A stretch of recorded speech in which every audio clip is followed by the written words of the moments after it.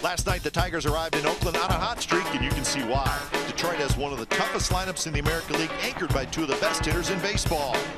23-year-old Michael Fulmer fits in nicely to their veteran rotation, and they look like a team ready to make a move in the AL Central. The Athletics are in a funk. They have lost 7 out of 8. They're looking for answers. Today, Jesse Hahn will look to halt the Tigers in their tracks and get a win streak going in the East Bay. It's Game 2. A's and Tigers coming up next.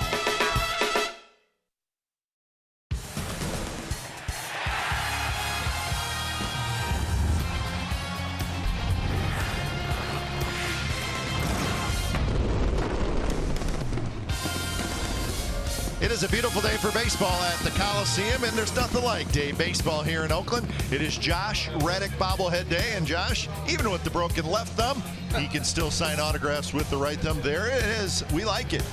And it's Jesse Hahn today going to take the hill for the Athletics, try to get the A's a win in this series to even up the series. It's the A's and the Tigers coming up on CSN California.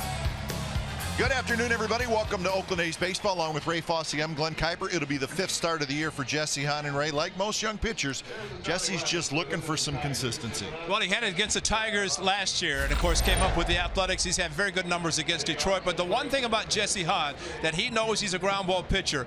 He keeps the ball down low. In the 4 starts that he has made, he's been double figures in ground ball outs. He has made a couple of mistakes when the fastball is straightened out, especially on the inside part of the plate. But he's pitched well enough to have better numbers. But I think going into today's game against the Tigers, where he has great numbers against those ball club, that should help him in this start against them this afternoon. Let's hope so, because the A's need a big win. And he'll see Ian Kinsler in that leadoff spot. For Kinsler, his 11th year in the big leagues, his 3rd year with the Tigers, Ray. He has that wonderful combination of power and speed. Boy, he can do it all. He plays a great second base as well, Kite, but the one thing he does is swing the bat well. A leadoff hitter with power, kind of like Ricky Henderson when he played so well. But last night he came up with 3 hits. Unbelievable that in the first inning, Billy Burns robbed him of extra bases by making a diving catch. But he's a great hitter. He knows how to play. He's a smart hitter, but he plays around second base very well. But hitting is what the Tigers got him for, to lead off and get on base, hit home runs, but especially to get on base. And that offense is clicking. Tigers are playing good baseball right now, and they will send a young left-hander to the mound by the name of Matt Boyd. He will be making his first start this year. We'll have lineups and first pitch when we come back to the Coliseum. It's the A's and the Tigers.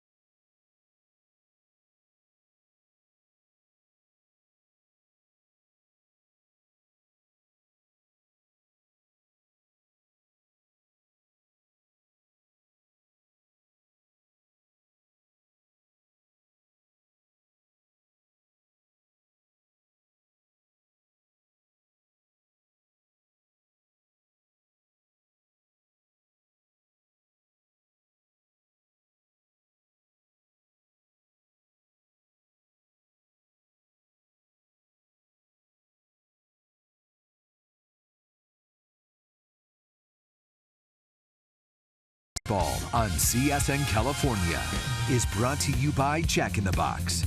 Taste the Baconlicious Sourdough Bacon Ranch Combo, only at Jack in the Box. And by Toyota, the full-line automaker with the longest-lasting vehicles in America. Toyota, let's go places. Josh Reddick hoping for some good luck today as it's his bobblehead day, so he takes out the lineup card as we are closing in on game 2 of this 3-game series. Having a chuckle with Cowboy Joe West. Game time weather presented by the Santa Cruz Beach Boardwalk. Get to the beach. The admission-free boardwalk is now open daily. Beautiful day. 79 degrees, just a very, very small breeze. And it is supposed to be hot for the next 3 days. So there is something always kind of nice about day baseball here at the Coliseum. The weather is nice and comfortable, not too humid. So let's look at the lineup this afternoon for the Detroit Tigers. Looks a lot like last night's. Kinsler, Martinez, Cabrera, and Victor Martinez, Castellanos, Upton, Maben, Saltalamacchia will do the catching. That's the only change in the lineup, and then Iglesias hits ninth. And Jesse Hahn, some special numbers for Jesse against the Tigers in his career. 1-2 on the season, but he'd like to get back even to 2-2. And against the team he had a lot of success last year, both here and in Detroit at Comerica Park. So Jesse has pitched well enough. As we mentioned in our open, he's gotten 4 games so far, 4 games, double figures in ground ball outs, and of course that is his style of pitching. Fastball up, good curveball, and good sinker. A's defense today: Crispin left, Burns in center, Smolinski in right, Valencia at third, Simeon at short, Lowry at second, Butler at first, and Josh Phegley gets his first start since coming back from the disabled list. So we are set for baseball on a beautiful day. Last night the Tigers won 4-1 behind the rookie right-hander Michael Fulmer, who really shut down the A's offense, pitching into the 8th inning. Brad Ausmus is back. He was not here for last night's game in his 3rd season in Detroit, and the first pitch of the game from Jesse Hahn is in for a strike to Ian Kinsler. Yeah, there's some managers that are superstitious enough that the Tigers won last night. Brad might say, Gene, take over. Gene Lamont, the manager last night. It's going to make him take the sleeve off. I bet that's exactly what they're taking him right now. Take the green sleeve off of the right because you don't have it on the left. He's going to call somebody from the A's dugout out. But, or maybe he motioned to Joe West, excuse me, the crew chief. But I think Kipe and Kinsler might have said something because, you know, it's supposed to be uniform. And Joe West is the crew chief, and he's saying you got to have it on your left arm if you won't have it on your right arm.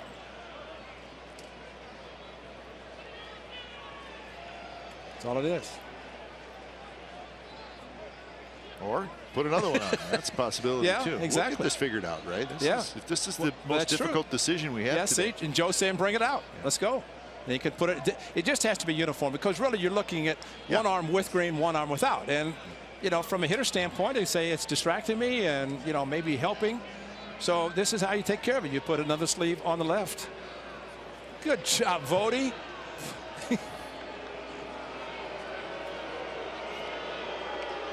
And it doesn't necessarily mean that Ian Kinsler said anything. It probably came directly from the home plate umpire, Andy could have been, yeah. But this will resolve it because, you know, it's not like wearing a full sweatshirt. You just have the sleeve and it adds a little bit of extra warmth to the elbow. And of course, Jesse last half season missed it because of a right elbow tenderness, if you will, did not pitch. They got the material on this stuff now.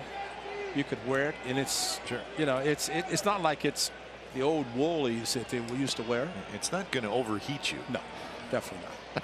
Just add a little warmth. But Stephen Vogt, what a smart catcher. You know, hey, here, put another sleeve on.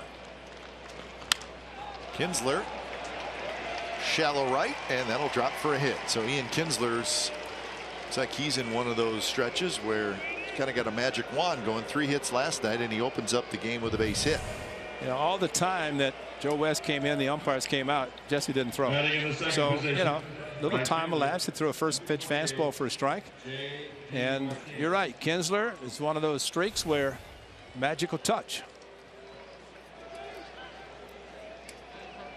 So Kinsler aboard, and here's J.D. Martinez.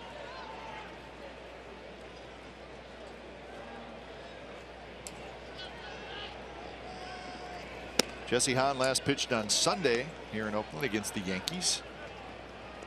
He left with the lead, a 3-2 lead. The Yankees won that game 5-4, and he left with a couple of runners on, and both those runners scored, so he ended up taking the loss.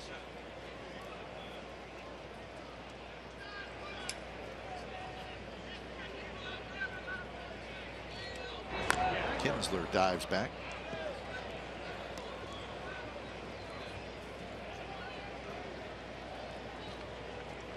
J.D. Martinez at 260 with 10 homers, 26 RBIs.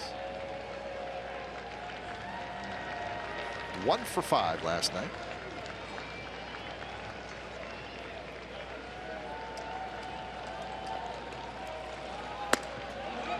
Two and 0 the count. J.D. Martinez. Some guys do different things. J.D. Martinez there, and then finger up before every pitch. Some guys, Pudge Rodriguez, you do sign across before every pitch. Every pitch. If he stepped out, he'd do it again. And actually, J.D. did the same thing. But I mean, it's just some things guys do that are kind of habitual. And then one thing I noticed in Detroit, J.D. was doing it and just continues. Hits that one hard right to Lowry. Out at second. Double play. Hey, we had Jesse doing that same fist pump during our open whenever he got a double play ground ball. You know, so that's exactly what he needed. You're right. And your ground ball pitcher, you only hope that if the ball is hit on the ground, it goes to an infielder. It goes right perfectly to Jed Lowry, and that's how quickly the A's get 2 outs. And a nice feed, and of course the runner having to go straight into the bag. He cannot go and divert his direction to go after Marcus Semien, so they did it perfectly. Exmo brought to you by Cash Creek Casino Resort. He's turned a double play last night. In fact, that is their 53rd double play this year. That's the second most double plays turned in the American League. But it says a lot about ground ball pitchers too, and you just hope that the ground balls go close to the infielders. That one not close to Fegley, to the backstop. 1-1 to Cabrera. Remember when Trevor Cahill pitched 5 months, won 19 games, and it seemed like every ground ball that was hit was at an infielder. That's true. And that's how you win 19 games. And won 19 games, and he signed him to a long-term contract. But the difference, that same ground ball going a foot one side or the other, it's a base hit. It's first and third or a double play. Exactly. Right? And that's kind of what happened to Trevor Cahill, but he got his contract, got a huge contract. I think he's pitching out of the bullpens now with the Cubs. Yeah, and it is sort of the life of the sinker ball. Exactly. Yeah. And probably more so with the shifts that are employed by clubs. You just hope that when the ball is on the ground, you got a guy standing there.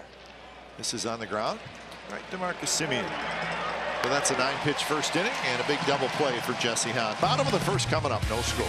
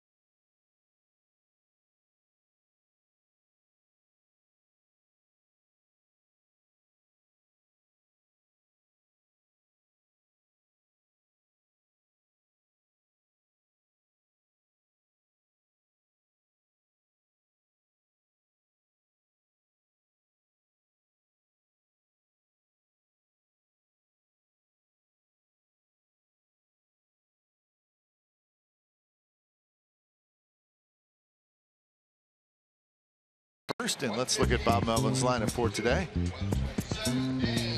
Crispin Burns, Top two. Then Lowry hits third, Valencia 4, Davis 5, Butler in the lineup, he'll hit 6, Fegley hits 7, Simeon 8, and Smolinski hits 9. And as detailed, Matt Boyd, who was on the roster of the Tigers when the A's were in Detroit, did not pitch against the A's, but career in 14 games, 1-6. But he went sit to Toledo, the AAA club for the Tigers. He made 8 starts, and he starts this afternoon, his first start. So he pitched down in the bullpens, had one long stretch against the Indians when he was with the Tigers, but he has been at Toledo starting, and that's why he's in the rotation today. Yeah, his last start is May 20th. Defensively, Upton, Maben, Martinez in the outfield, Estelanos, Iglesias, Kinsler, Cabrera. On the infield, new catcher, it's Jared Saltalamacchia. And Boyd, pretty much a 4-pitch pitcher, mostly fastballs, 2 and 4-seam fastballs. Pumps the first pitch to Coco Crisp in for a strike. So Matt Boyd, 25 years old. He's 6'3", 215 pounds. From Mercer Island, Washington, and went to Oregon State. And they need him to be a big part of their future.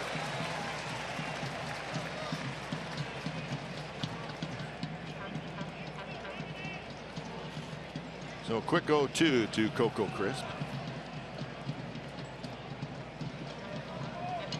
Burns to follow, and then Lowry. Hard slider, and he went. Coco spins around, heads back to the dugout. Fastball, slider, and back foot, and that's what the umpire saw. The bad head went just a little bit too far, according to Ramon de Jesus. Remember, Ray, that we talked about the trade that got Michael Fulmer. The Tigers last year, they're having a bad year. The Tigers finished 74 and 87 last year, second worst record in the American League. They had 2 huge trade chips. They had David Price and they had Yoenis Cespedes. Cespedes got traded. We saw who they got for him last night, Michael Fulmer. For David Price, the Tigers got this young man, Matt Boyd, and another young left-handed starter by the name of Daniel Norris. Norris, who's they have very high hopes for. He's in the minor leagues. So the 2 guys that they had, they netted 3 young pitchers, and they very much hope that those are 3 guys that that they build their next rotation around. Verlander's going to be here for a while, obviously. Well, Sanchez is struggling, Pelfrey struggling, so that's Fulmer right there. But so there's 3 young pitchers that the Tigers say these 3 they need to be special for us. And that's what's great. And the A's hope that Sean Manaea, trading Ben Zobrist, get a good starting pitcher, and he has performed well. But the point is that Fulmer last night, and he basically threw fastballs. He elevated his fastball. He elevated the velocity, and did a very good job. Got some run support, little cut slider there, and he's basically a fastball, slider, changeup pitcher. And the fact that he could get the velocity late in the ball game made it very special. And he was impressive. Now that's kind of the same for Manaea. Only 1 run support. He's given up 1 earned run. Is the right-hander Fulmer. This young man's a strike throwing machine as well. Sean Manaea just back-to-back starts, Yankees and Tigers, only a total of 1 run support when he's been on the mound. And we're not trying to say the Tigers are in some type of rebuilding mode. That's not the way they operate. Their payroll is just a little shy of $200 million, but the best commodity to have is young starting pitching. And they feel like they now have that with these 3 guys. Well, and started to say that you have some clubs who are saying, well, we want to get the draft choices. If you have players that you can trade to get bona fide major league players or soon to be major league players, wouldn't you rather do that? No question. Instead of really tanking the season, losing just to get a draft choice that you do not know if he's going to make it or not. The scouting department is so important, and I'm sure the A's scouting department with Manaea had watched him, said, you want Zobrist? You want him to help win a championship? We want Manaea. And they got it. 2-2 the count to Jed Lowry, hitting .309 with 18 RBIs. Strike 3 called, and Matt Boyd strikes out the side in the bottom of the 1st. So we're headed to the second. No score. A's and Tigers.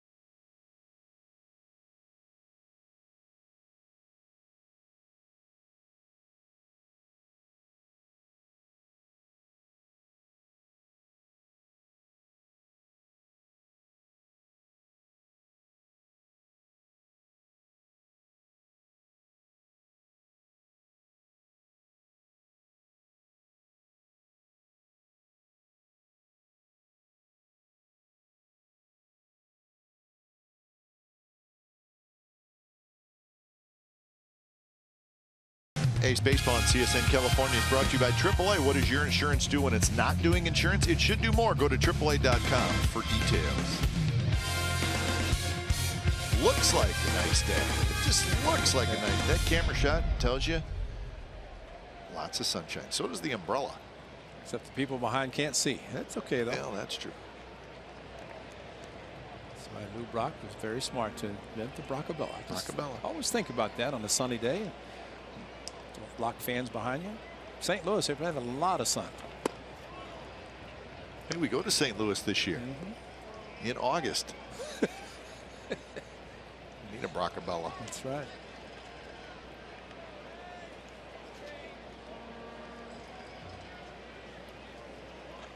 Victor Martinez is the hitter. .335 for Martinez with 6 home runs and 27 RBIs.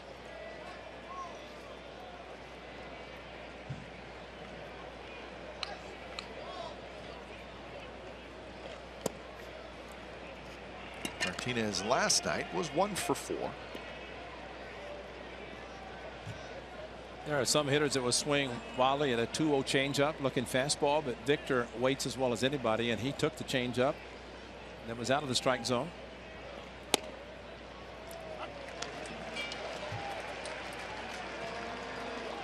So 3-1 the count.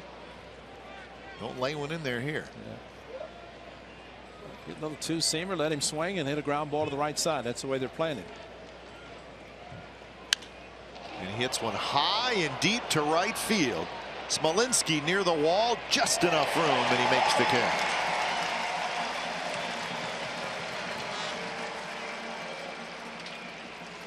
You know the one thing about this pitch, Kai, look at the location. It's outside and away, but watch Victor. He's thinking 3-1, get a fastball, pull it. And fortunately, the pitch was away. And that's almost like pitching against the Yankees at Yankee Stadium, because they try to pull, and Victor knew he was going to get a fastball. And fortunately for Jesse Hahn, he threw it away from the right or the left-handed hitter and left it at the warning track or the wall. But otherwise, it's inside a little bit farther. It's a 1-0 Tigers lead. Castellanos doesn't wait around. He swings and fouls the first pitch he sees back. He hit a home run last night on a breaking ball from Sean Manaea.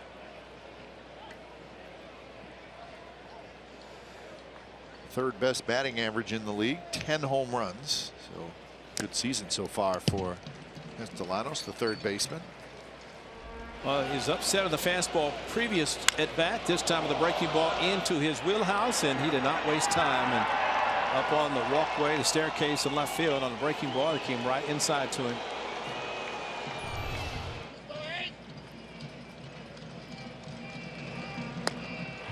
Strike 3 called on the outside corner.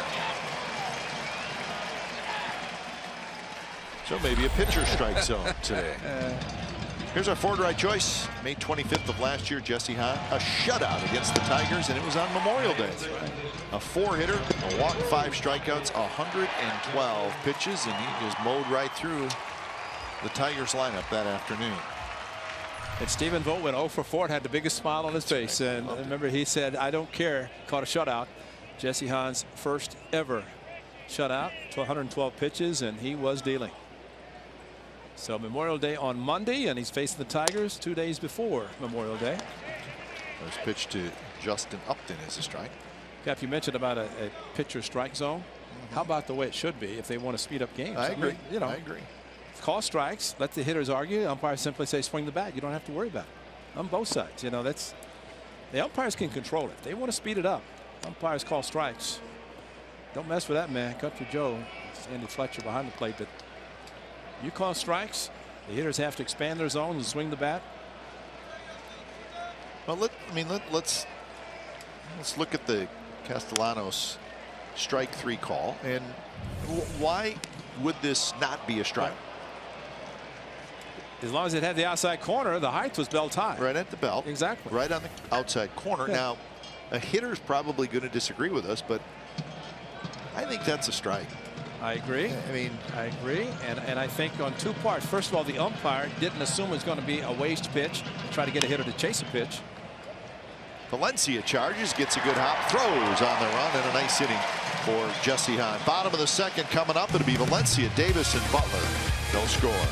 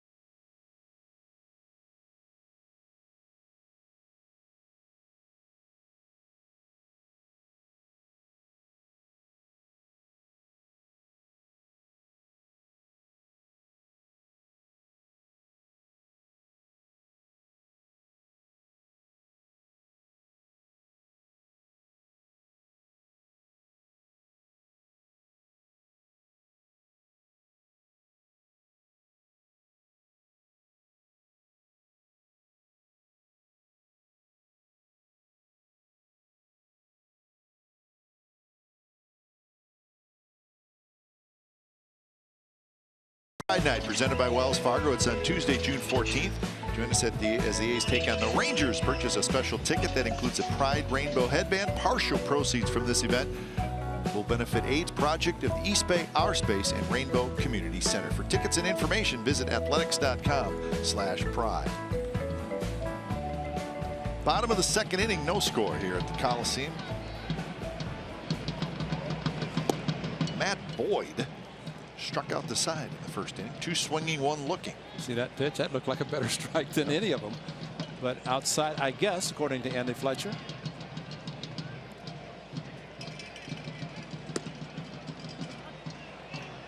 Valencia hitting .296 with 6 home runs and 17 RBIs.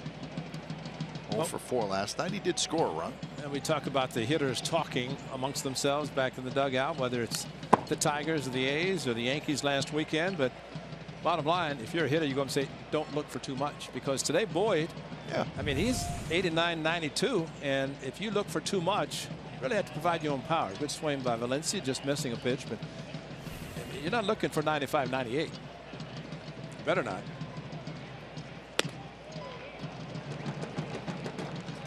2-2 the count. Davis to follow and Butler here in the bottom of the second inning. A's come in with a 20-29 record. So they need a winning streak, and they need to get it started soon. Swing and a miss on a pitch in the dirt. Wow. He'll strike out 27. It's amazing. 4 for 4. A little harder breaking ball there, Yeah. it looked like. Well, right there, Danny Valencia committed. As soon as he saw the arm release, and really 2 strikes, and Cap, we've talked about that as far as the at-bats. And if you shorten up a little bit and you don't commit to the pitch out of the pitcher's hand, then maybe that's a pitch you take, because it really was a pitch out of the strike zone. Chris Davis steps in, the designated hitter. Fouls the first pitch back. A's have lost 7 out of 8 in their 8-16 at home, and I think you said it best, Ray. I think it was on the 18 last night. That's hard to believe. It is hard. I mean, it's been, the A's have struggled some this year, obviously, with the record being 9 games under 500. But almost like any time you see a team struggle at home to that extent, I mean, 8-16 is not good. So it's disappointing and surprising at the same time. Well, they want to project out to home runs and runs batted in. You don't want to project out to losses at home.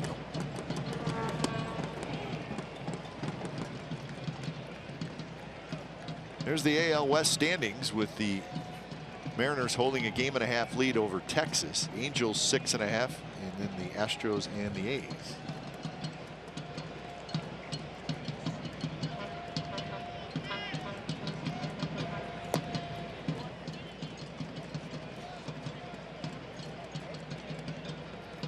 So 2-2 to Davis, 13 home runs and 31 RBIs.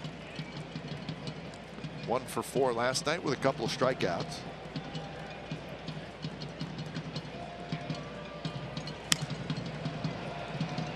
Right side, and it's going to be Kinsley who grabs it. It'll look like that fastball, as you said, not necessarily high octane, but got in a little bit. Davis, so a good pitch. Boyd seems to be the type of pitcher that, regardless of the high velocity location, and as we mentioned last night, there are some pitchers that say I'd rather throw 91, 92 with good location versus 95, 98 down the middle. Hitters will hit good fastballs velocity wise that are center cut. I mean, location wise, they're much harder to hit. So we'll see if Boyd, see if he kind of continues to try to get in on the right-handed hitters. The A's lineup has all right-handed hitters, and that includes, of course, a couple of switch hitters. Nice little slider from Boyd. Butler right at 200. 14 hits and 70 at-bats, 5 doubles and 6 RBIs. This one's hit well, left center field. And that baby is gone. Long home run for Billy Butler, his first of the year.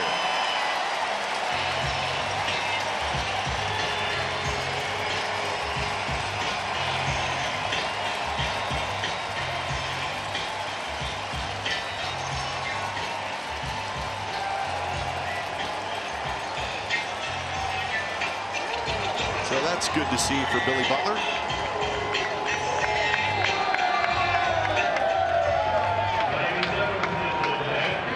That turn on a fastball. September the 26th against Matt Cain. Last time he hit a home run. He hit that well. Yes, he did.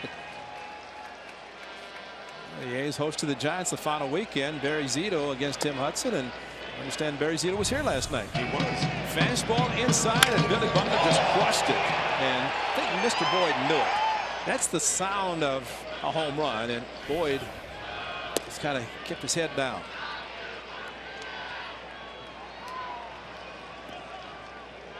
So, as the great Hawk Harrelson would say, cancel the press conference, because he not only gave up a hit, a run, all in one swing of the bat. Cabrera will give chase. One hops into the seats. He's in the last 10 games. Yeah. 6 home runs. Before that, it was kind of the Chris Davis show. Yes, it was. And all solo home runs as well.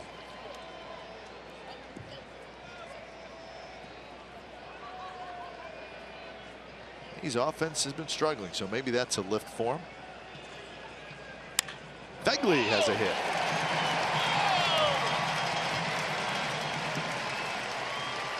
Two-out single for Fegley in his first game in the lineup since coming off the disabled list.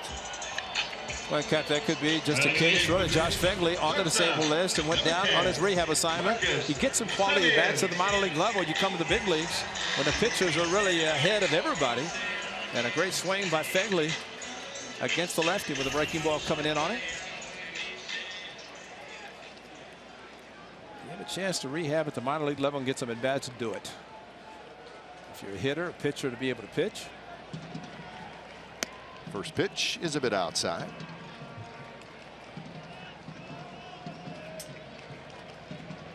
Simeon had .215 with 10 home runs and 21 RBIs.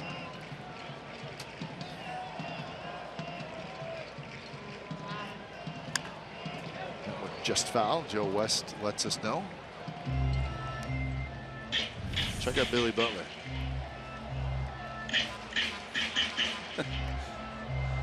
Looks like a look at the dugout, say, "Hey guys, I did it."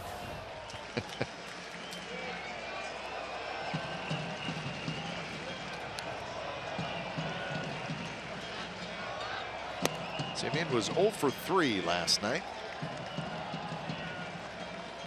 4 hits in his last 28 at bats, so he's dropped his average down to where it is.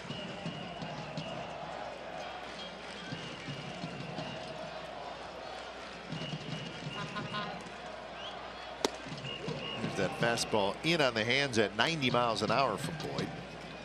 Well, a couple of swings last night on pitches in from Fulmer, and very similar to this one where inside part of the plate, maybe he's thinking outside, and when the pitch is inside, he's got to time himself up a little bit. Cheat a little bit, open up, and they stay in there. That's what hitters will do. They will cheat. So you mean sometimes pitcher ties you up, sometimes you can tie yourself up. That's a good point. Maybe if you're diving out there a little bit. That's right.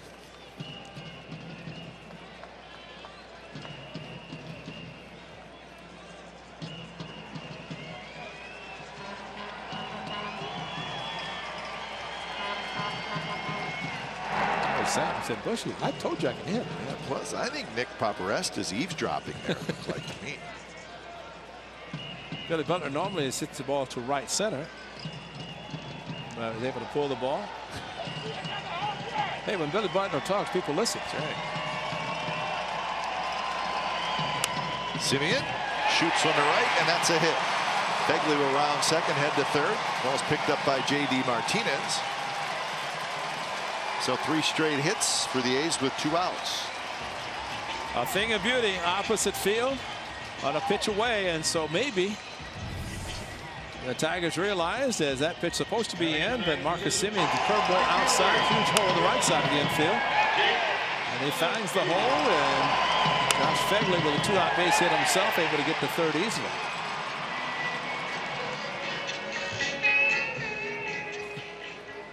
Vogt is showing some strong leadership qualities today. Started really 1 pitch into the game with the sleeve. Taking care of Jesse Hahn. Remember, he caught a shutout last year on Memorial Day. Went 0 for 4, but caught a shutout.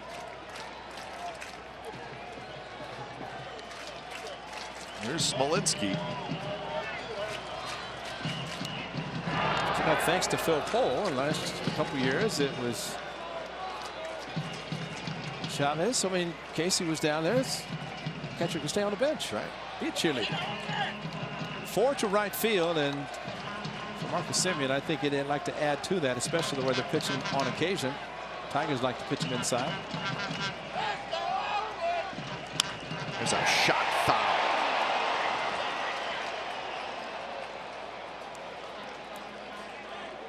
Whatever Smolinski was looking for, he got. Yeah. And just a little bit too quick. But I don't think it's any coincidence that the first 4 batters struck out, which means that there were some hitters in the lower part of the batting order paying attention to Matt Boyd as he was pitching, because there have been some good swings starting with Butler, the home run, and then back-to-back singles.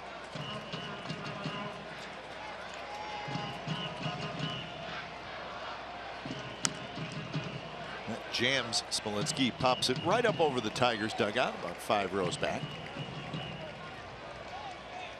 Okay, a very good protecting swing by Smolinski. Maybe thinking off speed. Tigers fan, though, very happy getting the souvenir. Flew all the way out from Motor City to be here for this game. Get a souvenir.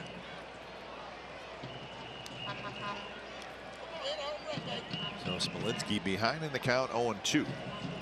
Fastball is high. When they say protecting, and Smolinski looks like he's waiting, which 2 strikes. Basically, you're saying, I don't want to necessarily strike out. If I put the ball in play, maybe something good can happen. But if you get overly aggressive, you kind of fall into what the pitcher's trying to do.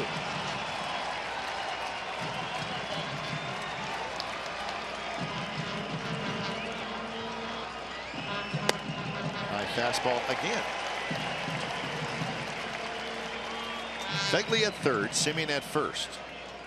A home run by Butler with 2 outs here in the 2nd inning has given the A's the 1-0 lead.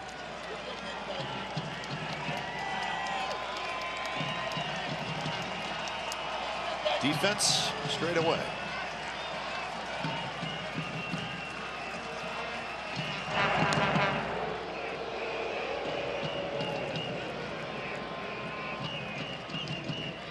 Funny guy retires 5 in a row. He's feeling pretty good, ready to get back in the dugout, and 3 hits, and now he's in a jam.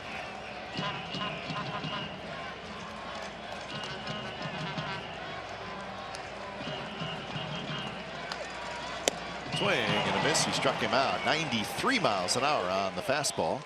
So the A's strand a couple, but they get the Billy Butler home run, his first of the year. So 3rd inning coming up. It's the Athletics 1 and the Tigers 0.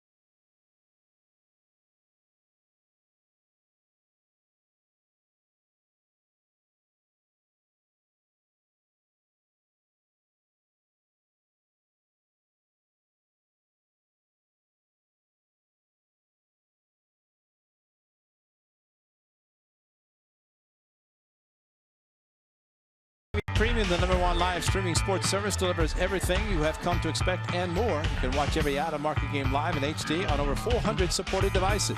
Includes a free subscription to @Bet Premium, #1 app for live baseball. Blackout and other restrictions apply. Visit MLB.tv for details. The Billy Butler's home run, and the A's have a 1-0 lead. Here's Cameron Maybin. Maybin, Saltalamacchia, and Iglesias for the Tigers. It's the bottom 3 in their order.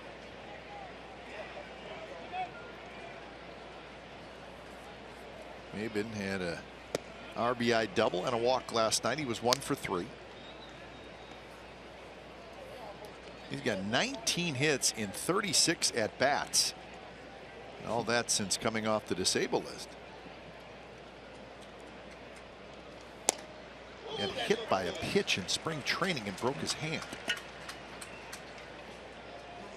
So he was activated on the 16th of May. And he's been a hot hitter.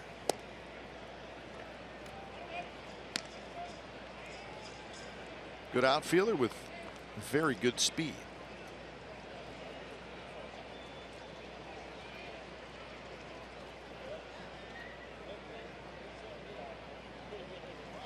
The 3-1 pitch is tapped slowly towards short. Simeon throws out the speedy Maven by a half a step. Do you have that equalizer, a ground ball, sinker? That's the time to use it. 3-1. Fegley moved inside. Good sinking action. And Maven, although he hit it on the ground and showed the good speed, Jesse Hahn got another ground ball out. Number 39, Jared Saltalamacchia. Here's Saltalamacchia. McCann caught last night.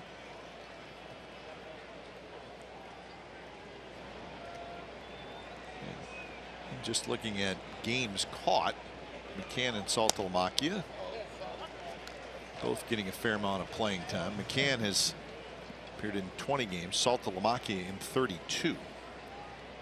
When we were back there, McCann was on the disabled list, so he did miss some time. And Saltalamacchia was doing the catching. You see Bobby Wilson was there now with the Rangers. There's McCann, who is healthy. Saltalamacchia, who's had careers with the Red Sox, the Rangers, the Red Sox, the Marlins, Tigers. He's been around. 0-2, the big overhand curve from Jesse Hahn, and he gets his second strikeout. Well, the 12-6, actually the first one Jesse's thrown today, and a good one. And Saltalamacchia maybe looking for everything but, and saw it was near the strike zone, had to make an offer.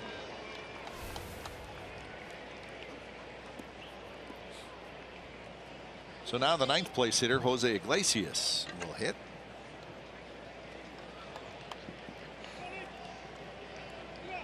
One for 4 with a double last night.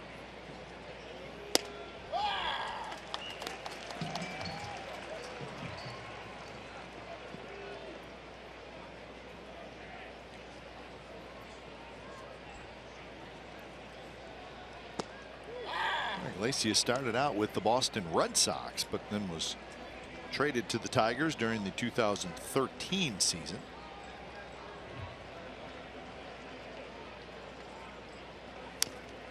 That was that big 3-team deal, right? The Red Sox, the White Sox, and the Tigers. Avisel Garcia was part of that deal, going from Tigers to Chicago. Right. And the Tigers needed a shortstop. Valencia charges, throws on the run, side retired. So 8 in a row retired by Jesse Hahn. Bottom of the 3rd coming up. The A's with a 1-0 lead.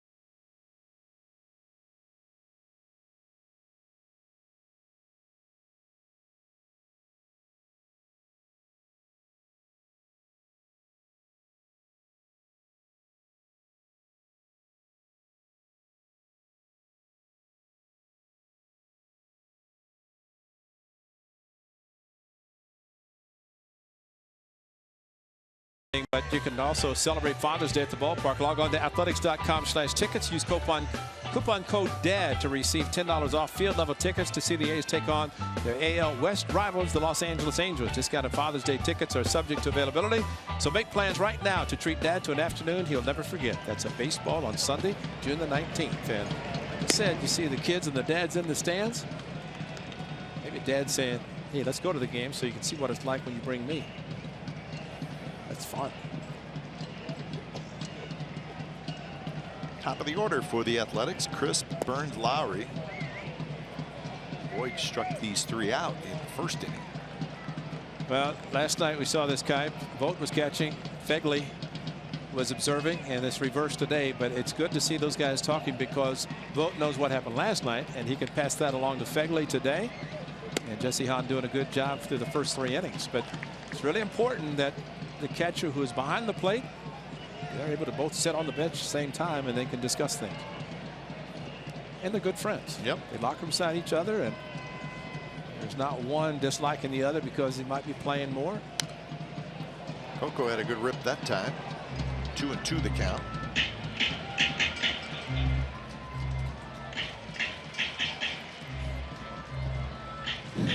You don't see that very often. No.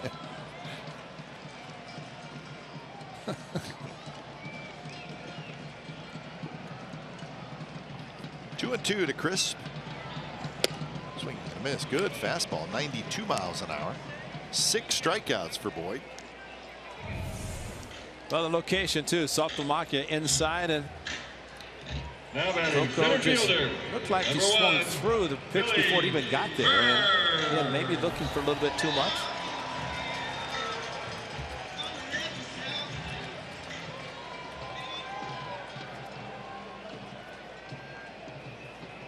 Burns struck out swinging in his first at bat. Like a changeup, not where Boyd wanted it, but he gets a swing through.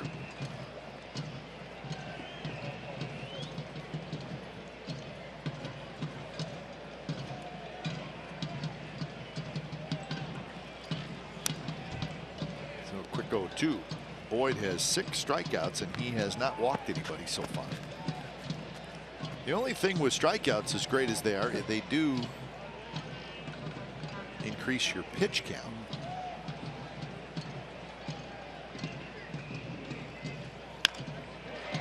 Driven toward right center, but hanging up, and Martinez gets to it.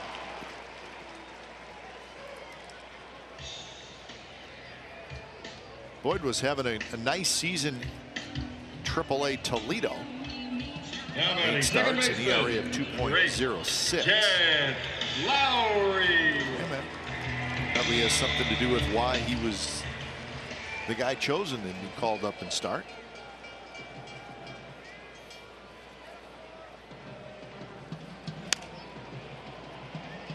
Cabrera could have a play if he could get there, and he cannot. Close.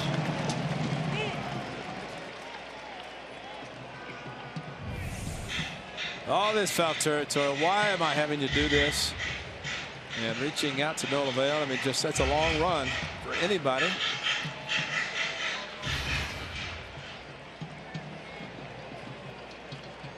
Pitcher might need to go over to give him a breath. Yeah, he's give a breather.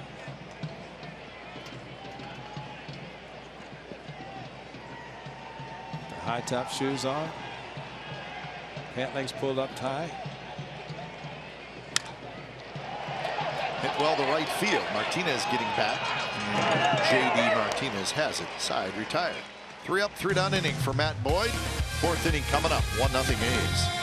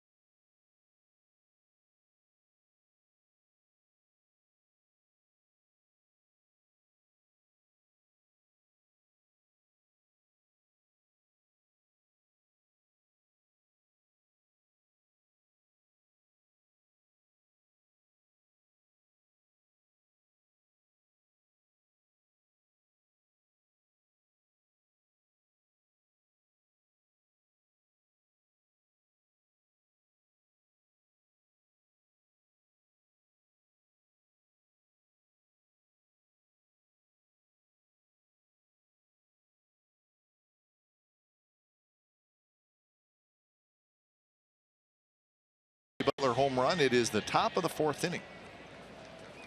Jesse Hahn's been sharp through the first 3. He gave up a leadoff hit to Kinsler, but Kinsler was erased on the double play. And since then, or since that Kinsler hit, he's retired 8 in a row.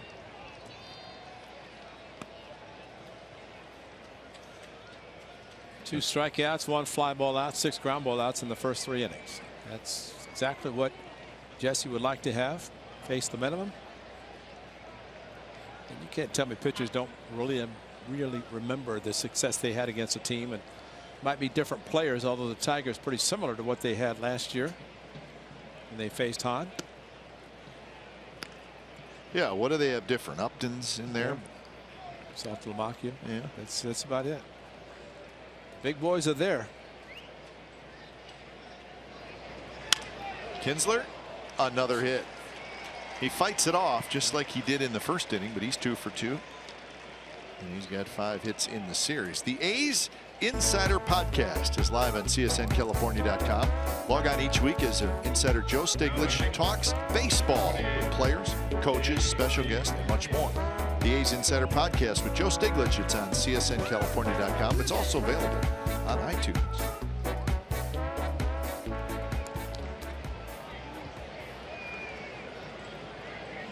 Lowry's playing J.D. Martinez exactly the same place he was in the first inning. Got a ground ball, turn a 4-6-3 double play.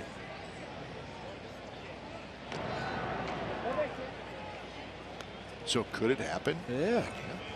As long as it doesn't go to the left of Lowry, because there is a huge hole. It looked like he was trying to do that in the first inning, but happened to be right to the second baseman.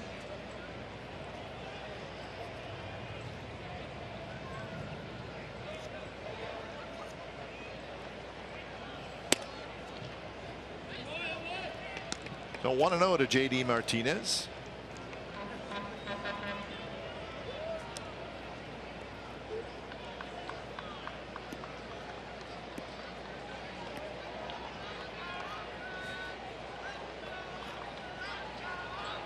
Cabrera to follow, so as always with Cabrera looming, this becomes a big at-bat. It's count 5.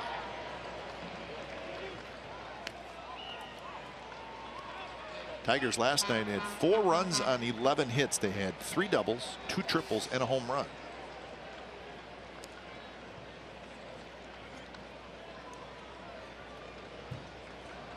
It is a good veteran lineup.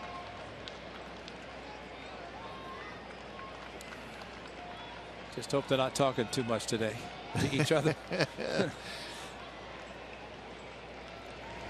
Swing and a miss, 1-2. 96 miles an hour from Jesse Hahn. Yeah, that was the 4-seam, and Fegley moved inside, but Jesse really threw it a little bit extra hard, and JT Martinez no contact on the good fastball.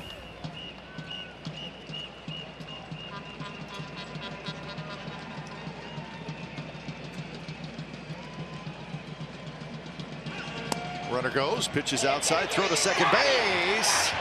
Not in time. Did he drop the ball?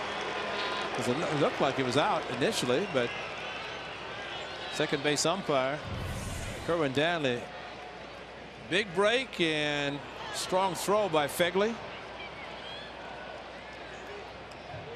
Yeah, he did drop it, because I think if he had held on, he's out, because I think he got him right there before the bag. His hand touched the bag, but the applying the tag on the left hip popped out. So give Kinsler the stolen base. So now runner at second, nobody out. And there's a reason umpires wait, and actually probably saved an error on Jed Lowry, because if he had called it immediately with the tag right there and called him out, but now they wait to see if they overslide the bag, and as a result, Kerwin Danley held off before making the call, called him safe, and sometimes they call it quickly, and it's going to be an E because he's called out. And yet if it held on, but the umpires, they wait so long now because the overslides. Oh wow. Kinsler runs, and the ball scoots away from Fegley. Kinsler's going to try to score. Fegley's throw to the plate is in time. They got it. What a great play.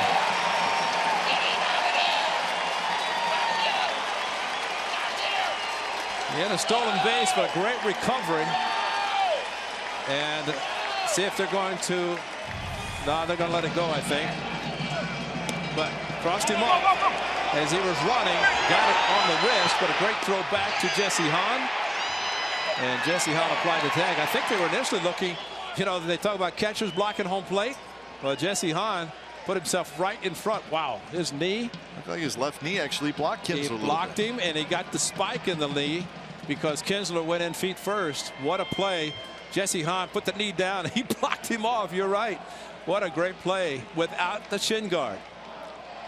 And he really caught the ball in front. I think that's why they were initially looking maybe if he had got to the plate and blocked it before the runner got there. But and the pitch is inside. And you know what? If you're Kinsler, you have to make it, because if you don't, that's a bad play. Yes, it is. And he stole third, but when the ball got by, he ran it on his own. Dave Clark could not do much of anything, but what a play by Fegler and Jesse Hahn. And for Hahn with a feet first slide to get the spike in the knee. It's not a hit first, but you're right. It's aggressiveness. I mean, you're third base, nobody out. Nobody out, and he could have walked to third base because of the jump he had. But he tried to get home. Fegley. I mean, it's not an easy play for Fegley. Hahn has it. Spins, fires to second. Good throw there. Back to first, and it gets past Butler, and it's going to go into the dugout, and Cabrera's going to go to second. Well, Marcus had all kinds of time. As soon as he threw it, he put his hands up over his head and knew. Well, plenty of time. Jesse led him perfectly, and Marcus just threw a sinker. Should have been an easy double play, get out of the great inning. And with the slide of Martinez going straight into the bag. And now batting, number 41, Victor Martinez. Hey, Marcus knew it. It looked like he just didn't really let it go. He threw cut it off a little bit. Exactly. So Cabrera at second. So for Simeon, just his fourth error this year.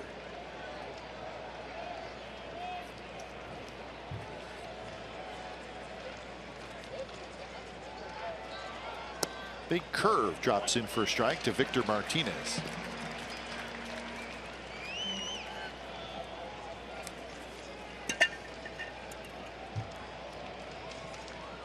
Victor Martinez, boy, he's been tough in these spots.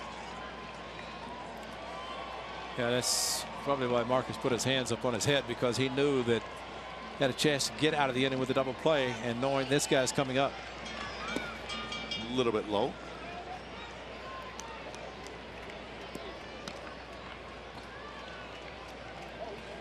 You know, look back at the play that Fegley, when he got crossed up, he took it on the meat part of his hand. Oh, big time. And carried over to the left. But the fact that he immediately went after the ball, realizing that not going to throw out the base runner, but thinking also that Kinsler might try to do what he did try, and made a remarkable play to get to it. Fastball inside, 2-1.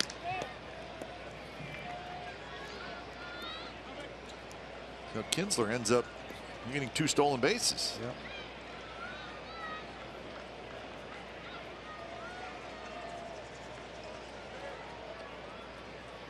So 2-1 with Castellanos in the on-deck circle.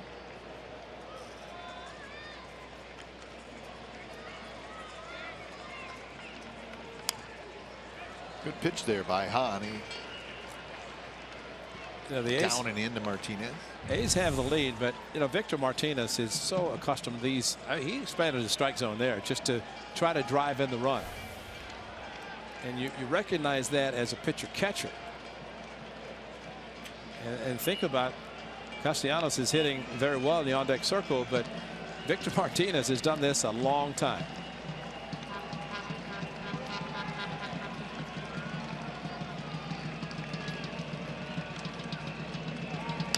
Curveball bounced up the middle.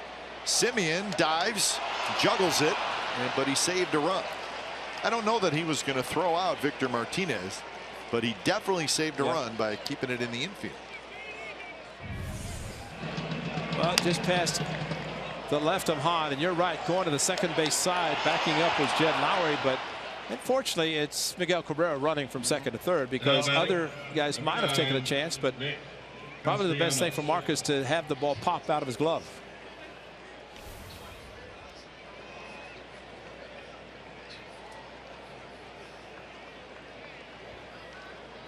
So now first and third. It's been kind of a strange inning, especially for the Tigers. Tigers are saying we got 2 hits, a walk, 2 stolen bases.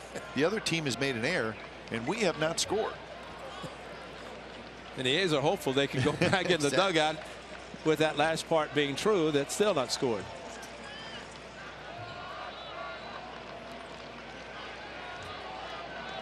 Castellano struck out looking in the second inning. Had a couple of hits last night, including the home run. First pitch, breaking stuff in first strike. A good 12-6 curveball. Jesse through the batting order the second time. He's flipping the curveball, getting strikes.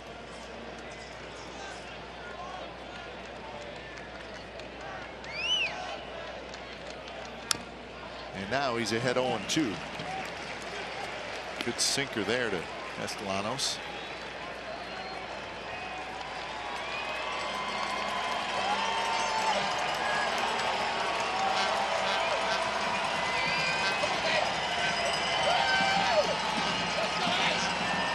Right at 50 pitches for Jesse Hahn. Trying to get through the fourth.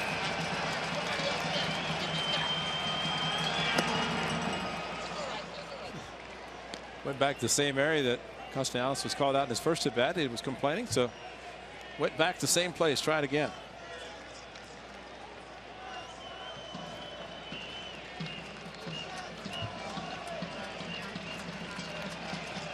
Outfield shifted slightly toward right center. Curve swing and a miss. Hahn strikes him out. And somehow the Tigers do not score as they strand a pair. 1-0 A's as we go to the bottom of the fourth.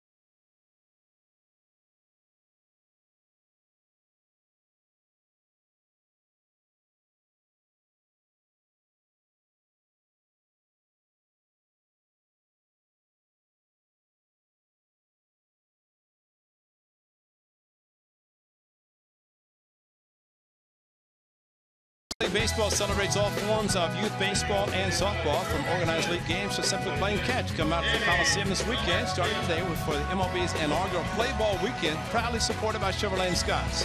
Tomorrow, 10,000 fans will receive bat and ball sets. Get your tickets today at athletics.com/tickets. Fun weekend. And Josh bobblehead today. Josh Reddick bobblehead. He's just disappointed he's not playing. Yep, man, I don't blame him.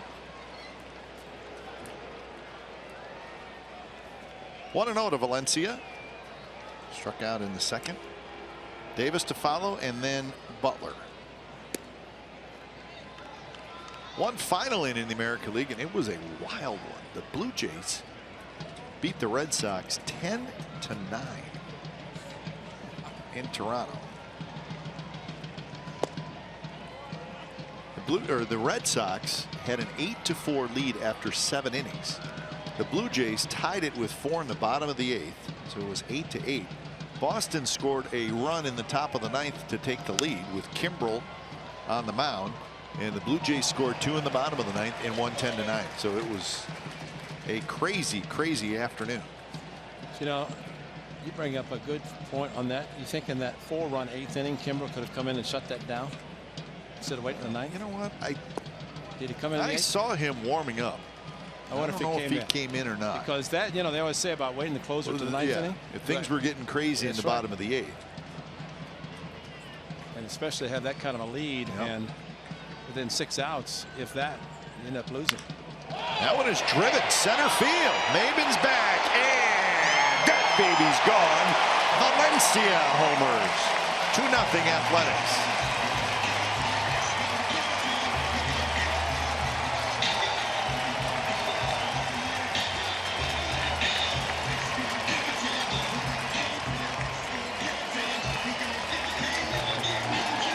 Talk about going out of the strike zone. That went just below the sweets and straightaway center field. And yes, indeed, a great day to be a ground ball pitcher. This ball out of the strike zone. Danny went after it, and you see where this ball lands. It hit off the batter's eye, center field below the sweets. And Danny Valencia, of course, not long ago hit 5 in the weekend series. Did it hit the sweets? It hit the sweets in center field. Wow. So number 7 for Valencia. You got Chris Davis. You got Evelyn left-hander. You got Moore twice, Hamels, and now a lefty in Boyd. So he's hit 5 of the 7 against the left-handers. Well, check the sweets, the lower sweets, and came right off and open the windows, get a souvenir. Yeah. That's a big boy shot there. That's a long one. Change up, and it's a strike. So a couple of solo home runs to give the A's a 2-0 lead.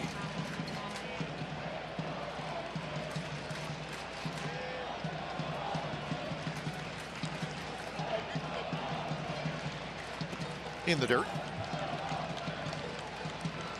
That pitch so far outside to Valencia, soft blockhead. You think, let's see what we're going to do 3-2. Instead, off of the sweets in center. Unbelievable to go out of the strike zone that much and hit it that far. Good swing there. Davis popped out in the second inning.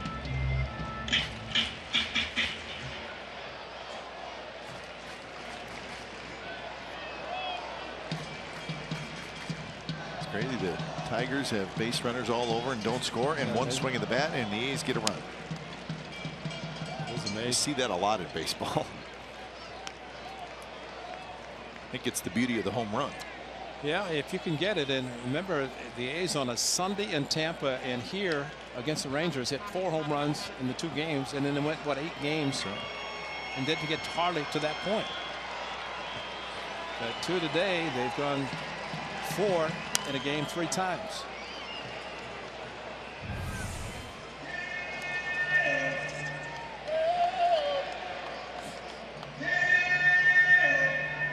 I think it was a high pitch. Went up high and let it fly. Is that Exmo? Exmo brought to you by. Change up is low. Good take by Chris Davis.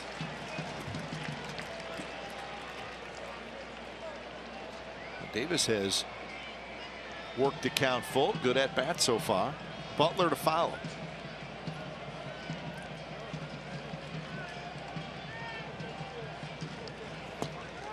And he went around. Could not hold up.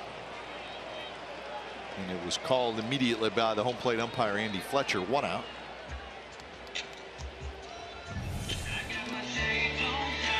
That hit just went too far. He tried to bring it back quickly, but not quickly enough. First baseman, number 16, Billy Butler. See, Chris Davis waits a long time. It's not like he's overly aggressive in those counts.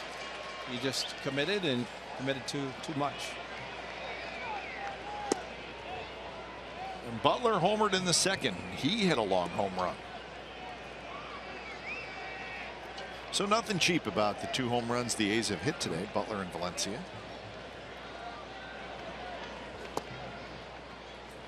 Watch where this one landed.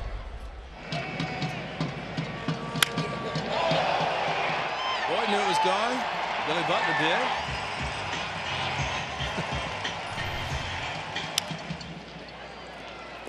Solano has it, and he'll throw across the diamond 2 out.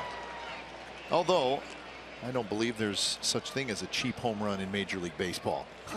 Still got to hit it at least 300 feet, right? See, I think Hank Aaron at 755, he always said front row. I agree. You get it over the fence, no matter what. It's the first row or the last row, it's a home run. When you think about the ballparks in Major League Baseball,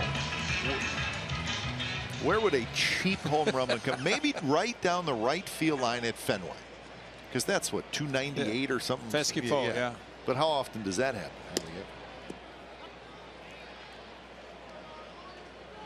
Still a home run.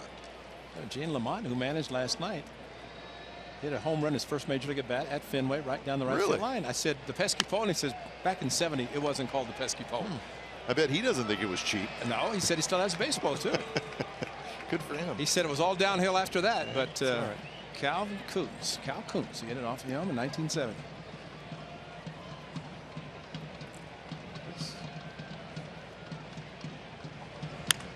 Fegley out in front. Catch it, Scotty. Tough hop. Tried to take one for the team.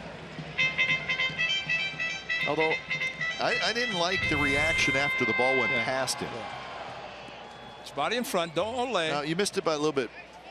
I didn't like the walk away. I didn't like the body language on the walk away. Pitch is a bit high. I like that. You look at the body language of the ball boy. Well, I think it's important. Got to show more confidence. Exactly. Act like you had it.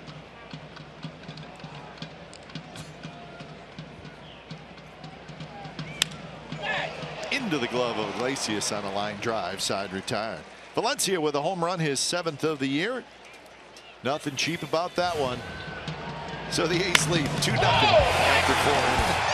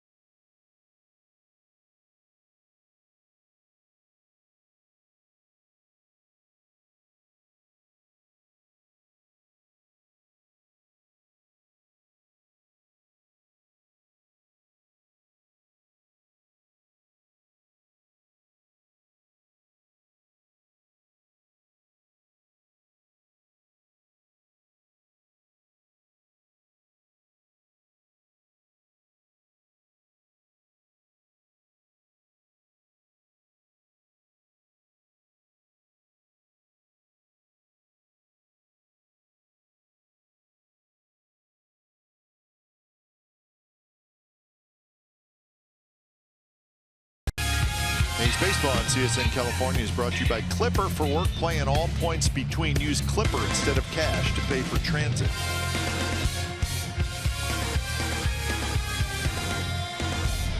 So the A's with a 2-0 lead thanks to that home run by Valencia and a solo home run by Butler in the second inning.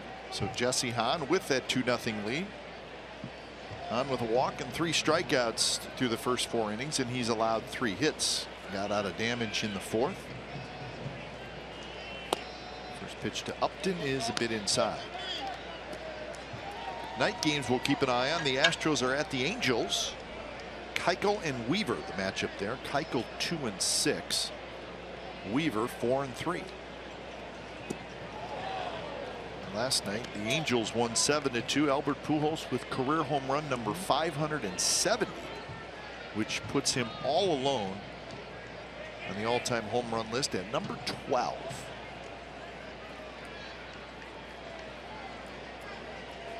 Number 12. When you start thinking about it, Ray, so 570, right? So he's 130 home runs away from 700. And what is this, year 5 of the 10-year deal? So yeah, I think maybe 4. Yeah. So let's say he's got 4 or 5 years left. 25 home runs a year after that. He's got a shot to get to 700. Yeah. Of course, that's staying healthy or getting his 500 at bats. The biggest question for Alex Rodriguez. He won in his first game back after being on the DL. And that one is ripped toward the right field corner, and it's trouble, and it's fair. Malinsky gets it on that big hop, but Upton has a leadoff double. So more work for Jesse Hahn.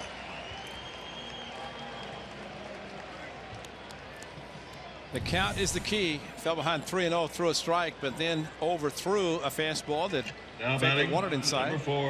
And like last night, so a lot of these right-handed hitters hitting the ball solidly to right field.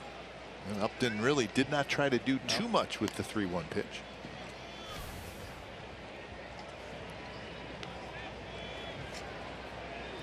So here's Cameron Maybin.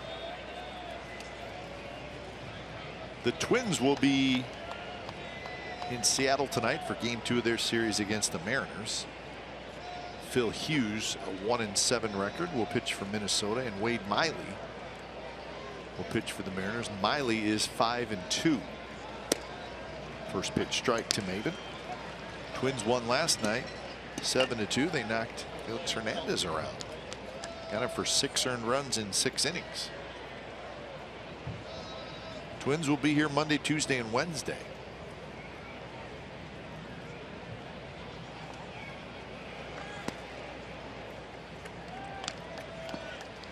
So the Twins were able to score off Felix, and they were able to hold the lead. Yep, that's right. And the A's got to Felix here, but unfortunately, were not able to hang on to win. The batting gloves in your hand, keep it fit so you don't stick your fingers into a bag and hurt yourself. That's what Upton is doing with the batting gloves in his left hand.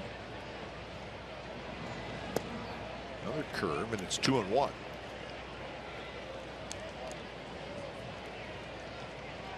White Sox are leading the Royals 7-6 in the 9th inning.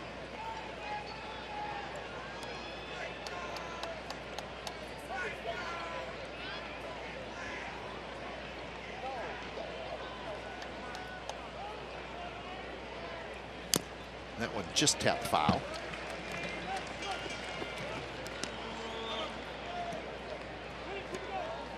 Well, the White Sox hanging on in the Central. Tigers keeping a close eye on that. So that's the standings coming into today. Indians just a half game back. The Royals 1 back. Tigers just 2.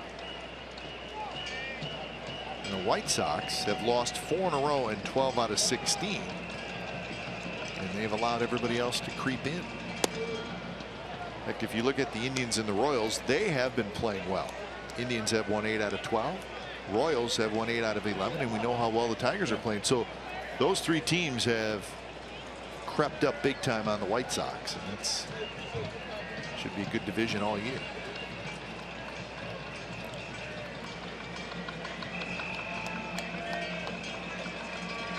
Three-two pitch. Maybin swings through it. So an unproductive out for Cameron Maybin. Well, Jesse Hahn gets strikeout number 4. Important thing there is to be able to throw with confidence a 3-2 curveball. Maybin looking for anything but. He swung as if he was thinking there's going to be something besides a curveball. But Jesse with a 12-6 uses his height, got out in front, dropped the curve, and Maybin swinging like it was something like a fastball, and big out for Jesse Hahn. That's not shortening up. Thank you. There's Saltalamacchia.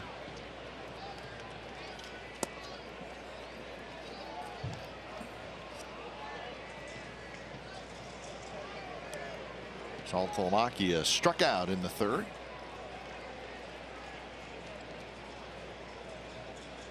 Shift is on. Simeon playing right behind second base.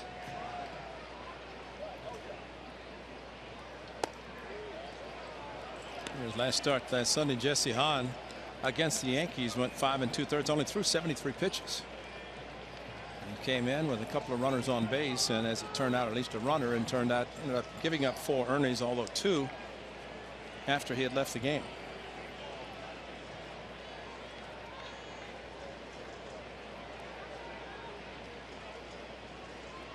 Two-0 pitch. Saltalamacchia takes low, 3-0. So the Tigers won 5 out of 6. They've won 9 out of 11. And they really have had a strange month of May. From May 3rd through the 14th, that's when they lost 11 out of 12. And they've turned that around and then won 9 out of 11.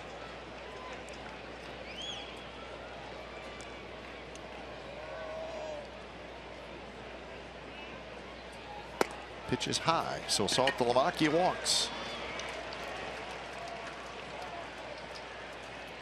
Second walk for Hahn. 2 on 1 out for Iglesias. And not a bad walk if he can get a ground ball, as he did with Iglesias in his first at bat. Number 1, Jose. So Aviles in the dugout, kind of doing the stretch. Maybe he's the one watching Jesse Hahn, see if he can pick up anything.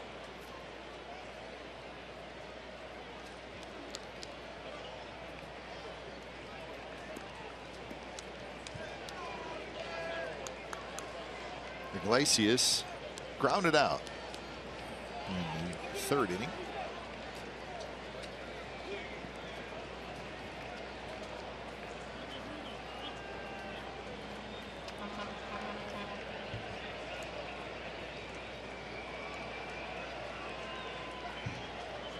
Upton has decent speed for a big guy. He's at second, and the first pitch is a strike. And last year, Iglesias hit 300 for the Tigers in 120 games. But this year, struggling offensively. The average is low.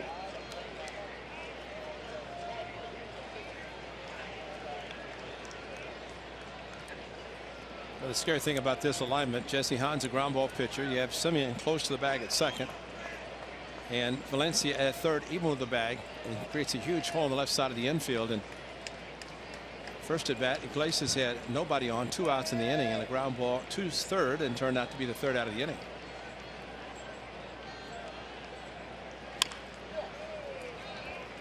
So now it's 0-2. Valencia was playing in. He'll back off now. So I think with the hot Kinsler due up next, that a double play ground ball would be good right now. Yep. You get to the top of this order, and it is tough.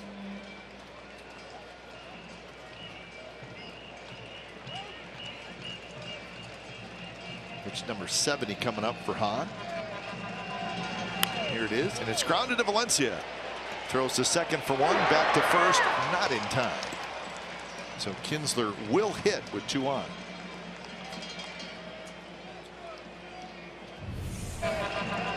Valencia moved back after 2 strikes on Iglesias and able to range to his left. Just too much speed in Iglesias, and the ball not hit hard enough, and plus he's running out of the batter's box. All those things combined makes it difficult to double him up.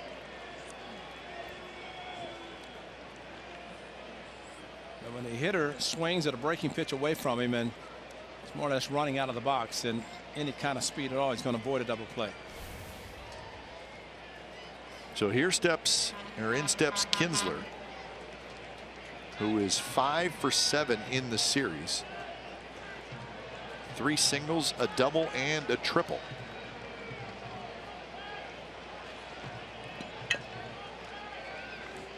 He is now hitting .321 on the year.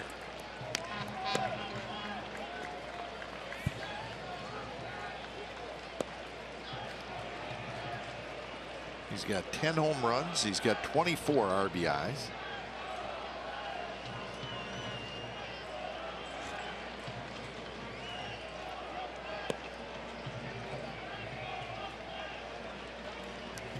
And that one scoots away from Fegley. And Jesse Hahn did not go home to cover, and Upton comes in to score. Upton actually hesitated just a moment, and then he took off for home, and Jesse Hahn just did not go home to cover. Yeah, it's almost like Jesse thought there wasn't a runner at third base. Because normally a wild pitch, you get the reaction immediately of a pitcher, but once he did not break, where the run scores, and really the ball's not that far away from Josh Fegley, but I wonder too, Ray, if Upton hesitated, if he did not notice that Jesse Hahn was not coming home. I think he did. Because I don't know if he was going to go. That's a good point, because he came down the line. Like I said, Fegley jumped on it, and probably would have been a play had Jesse been there if Upton would have continued. Even after the ball scooted away from Fegley, you saw Jesse Hahn look the other way. Yeah.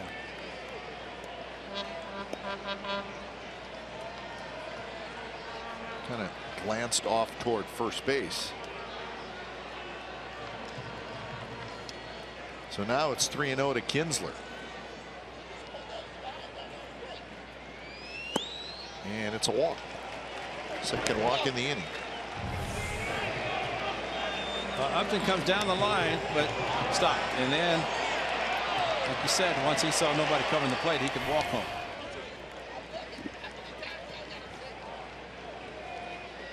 Now Got Emerson making the jog. He's on the clock. J.D. Martinez.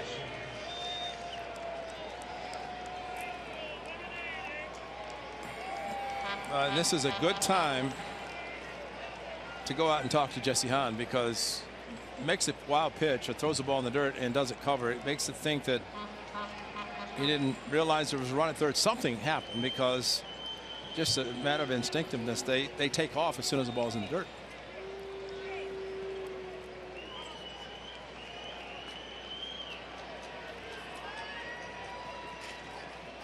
So here's J.D. Martinez, 2 on, 2 out.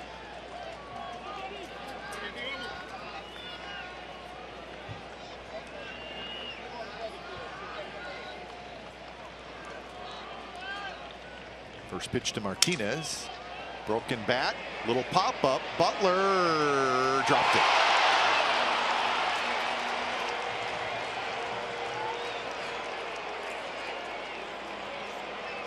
So Butler, he was there, a little basket catch, but it popped out of his glove. Sunglasses hit the side of his glove. Well, now you really hold your breath. That was a yo play. No play. That's so no play means no error. And he didn't have to run a long way for it, and I think Giller would be the first to say he should have caught it. So 0-1 to J.D. Martinez. Good swing there on a fastball. 0-2.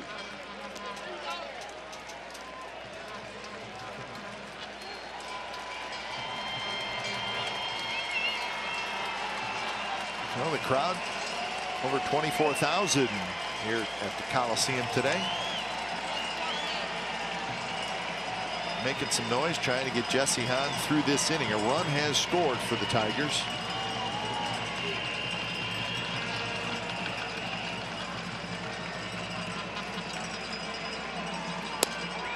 Strike 3 called on the outside corner. Martinez can't believe it. And Jesse Hahn allows just the 1 run. So bottom of the 5th coming up. A's 2, Tigers 1.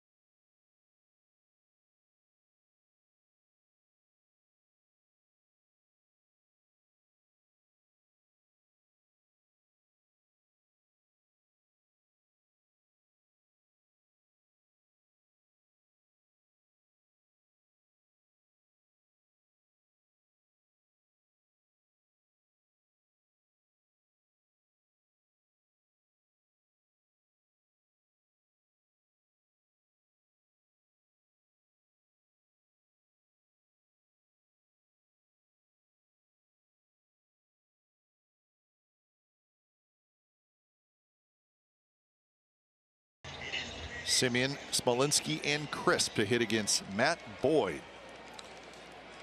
Captain, your point about all the traffic for the Tigers, they're eventually going to score. Well, that's true. Yep. You know, I mean, you're flirting with danger when you have a lot of runners on base and get out of innings. But what it does is it wears you down if you're the pitcher. Yeah. Simeon had a single in the second inning. A base hit to right field. Yeah.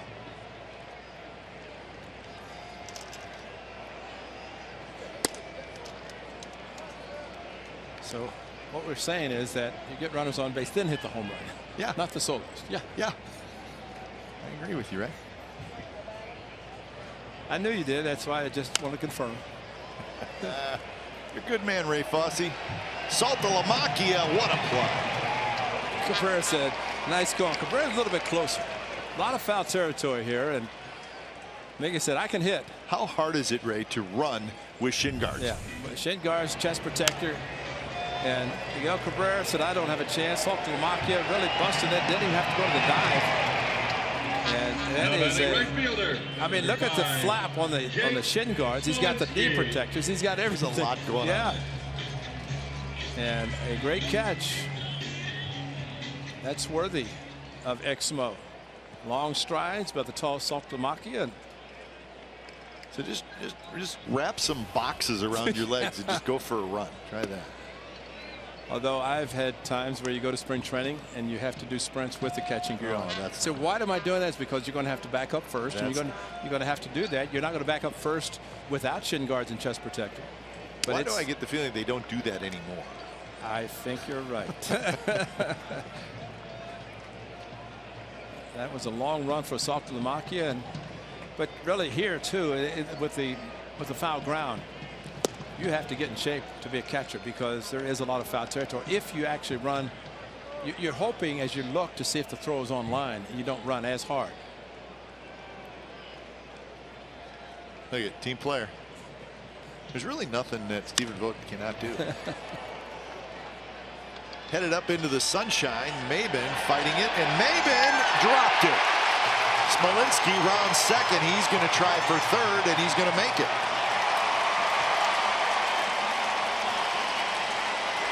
Maben was in trouble right when the ball went up into the air, and he stayed with it, and I think he got a glove on it. He got a glove on it.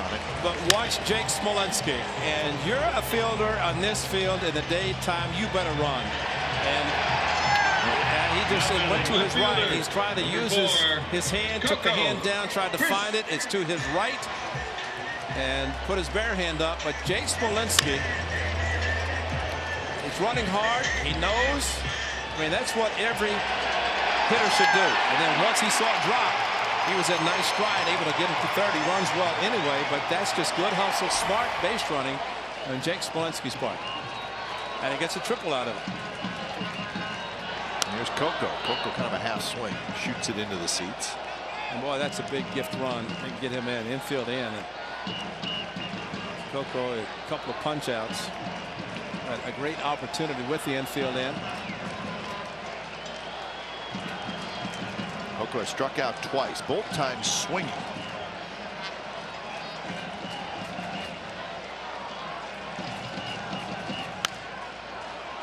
Kind of another half swing by Coco. That pitch was up. First at bat, got back-to-back fastballs, and then the slider down and in on a check swing.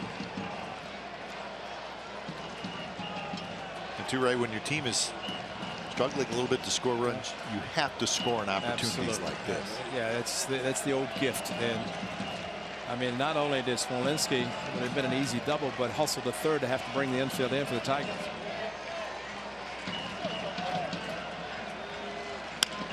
And that one was just foul.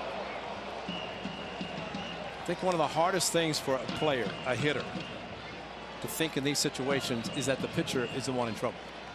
You see often bases loaded, infield in, a lot of different situations, and I think I have to do it, I have to do it. Well, it's the pitcher. He's the one realizing he has to get the job done. He has to make up for a ball that should have been out that Maben was not able to find.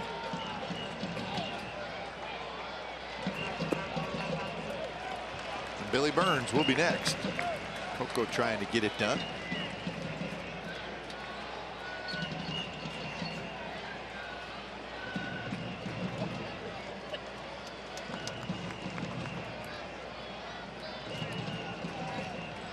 Boyd with a quick glance towards Smolinski. In the dirt, 2-2. A triple by Smolinski, the 5th hit for the A's off Matt Boyd. Boyd now at 86 pitches. Start seeing some action out in that Tigers bullpen probably pretty soon.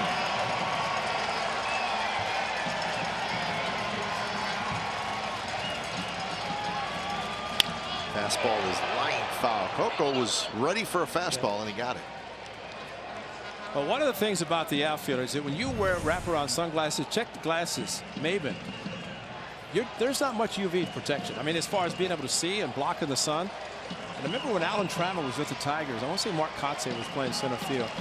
And Alan Trammell always used the flip down because they have the best. As far as you look right in the sun, you can see with the flip down glasses because of the kind of lens they have. Shot, base hit, center field. So Coco shortened up, lines it back up the middle, and the A's get that run. It's 3-1. Oh, that's huge. And Smolinski, kudos to him for getting to third base on a routine fly ball. Little smile, he'll take the triple, but Coco, you're right, shortened up, almost identical swing with foul balls. And got past the diving Kinsler. And because the infield in, he had to dive, could not come up with it. And Smolinski, that's a big run. Jesse, the tall pitcher, he's definitely cheering. So Chris picks up his 19th RBI of the year. Talked to Steve Vucinich about the flip down sunglasses. I mean, granted, they are the darkest and help the most, but he said, I think he said there's not a lot of guys that wear them. And, you know, it almost should be mandatory in sun fields like this. Wear the best glasses you can find and make them if you have to. Especially here in Oakland. Oh, definitely. I mean, this is the worst. And it's funny how when a ball is dropped like that, everybody looks up at the sky. Yeah, the sun's up there. Boyd fires to second to get the out on the lead runner. So Boyd got to that one quickly, and he made an accurate throw to second base. So Burns is now at first on the fielder's choice. The official score has to be very happy that Coco didn't advance because he might have to give the sacrifice. But definitely was running for a base hit and just trying to push the ball past the pitcher towards second. And you could see him trying to push it. Yeah. And if we've talked about it, he should be bunting a lot, you know, with his speed. So now Burns aboard. Stolen base situation. Burns 12 steals this year.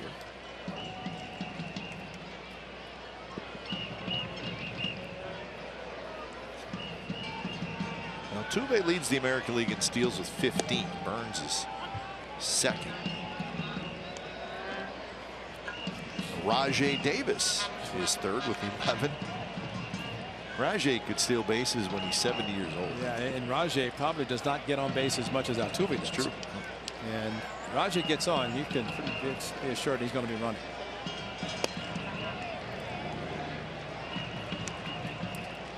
Be interested to see the Astros next weekend because when they were here, they were not running as much, and Altuve had plenty of opportunities, but he did not go a big hit to make the A's back to 3-1 lead, 2-run lead. Yeah, we were a little surprised by that. Yeah. Escobar on the list. Santana, we'll see him next week. You look at that 50 games. This is a 50-50. That's not a lot of stolen bases. If you think about it, not at all. Around the league, 15 leading it after 50 games. I don't know if see if the numbers in the National League are any different. No, not really. Okay, I think Jonathan Villar has 17. And you'd think with all the shifts and infielders playing out of position, opening up opportunities, that's what was surprising, especially with Altuve and the Astros. Probably the best base stealer in the National League, D. Gordon, is on the suspended list, right. so he's not going to be on that. The top 10.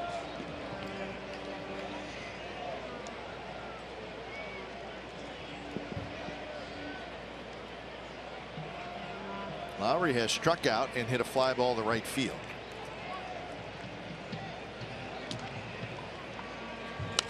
Good swing that time. So 2-2 the count. A run in for the A's is gave up a run in the top of the 5th. They get it right back here in the bottom of the 5th.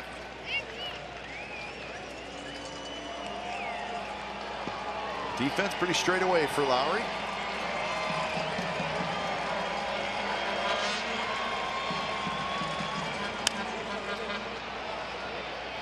Cabrera, a long run in foul territory, and he caught it. So Cabrera makes a nice play. The A's get a run, and it's 3-1 A's after 5.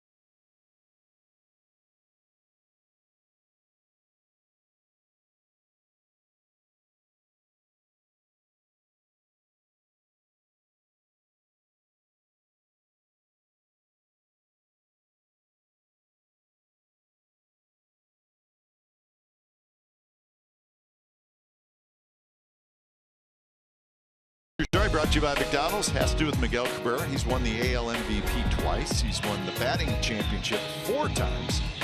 He's got a couple of home run titles. He's got a triple crown in 2012. And he has won a World Series with the Marlins back in 2003.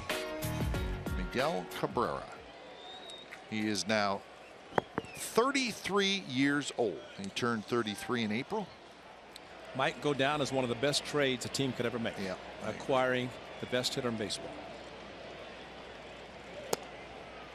First pitch is a bit outside. In his career, he has 419 home runs, and his hit total is 2,387.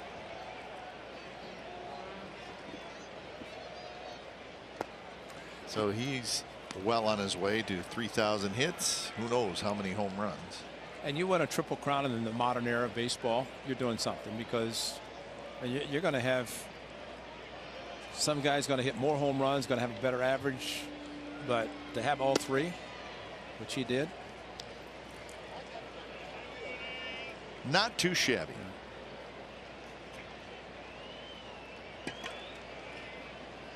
Had a few missteps when he was a younger player, but he seemed to have moved past those things. He's fun to watch. He's so good. It's just fun to watch him hit. So he has a leadoff walk, and our cold hard facts are brought to you by Frost Brewed Coors Light. Highest batting average versus A's among active players. Martinez and Cabrera are 1 and 2. Great. And they hit back-to-back in the order. Oh. Now I'm worried. Cabrera at first, nobody out. That walk was number 4 by Jesse Hahn. So the bullpen gets to work.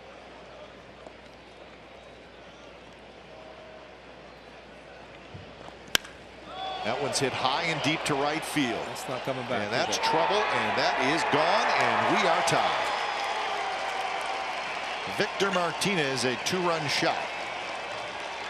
And Kite, that's the pitch that they're afraid is going to be thrown in the first at bat when he almost hit one out, because it was down in his wheelhouse, and the first at bat the pitch was away, but this was exactly where, look where at the location comes inside, and that's wheelhouse power there. I mean, that's dropped the head of the bat, and 4-pitch walk, and Victor got every bit of it.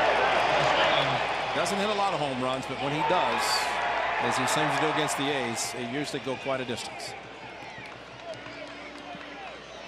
So his 7th this year in his career, number 207. And that one is hooked down the left field line just fine.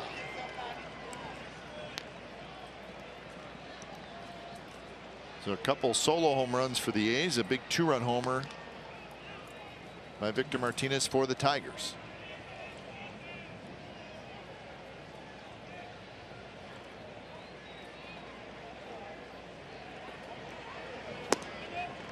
One to Castellanos, who has struck out twice.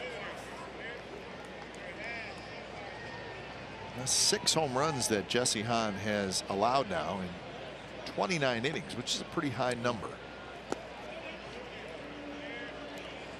Well, the one thing is concerned about is Fernando Lucens, but remember to some of the right-handers, he was overthrowing the fastball outside.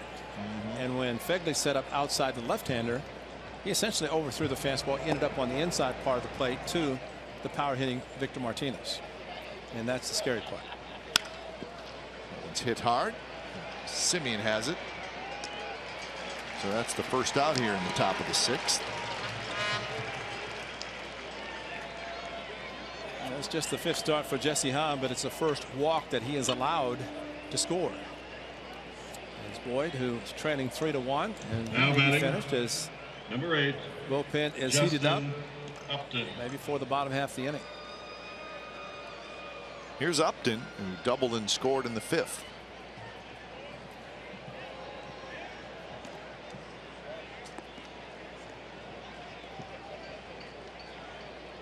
Upton also grounded out to 3rd.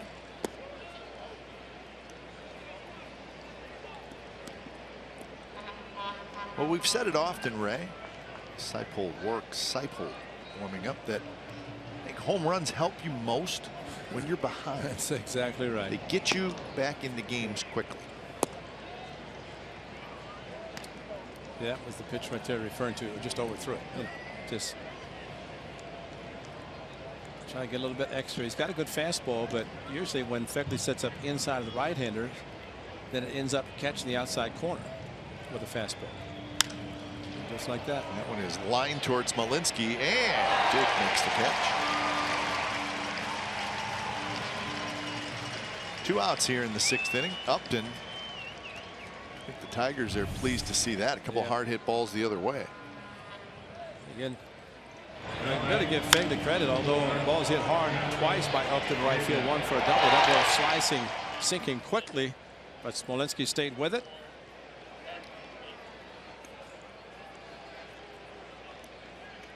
So 2 away, and here is Cameron Maybin.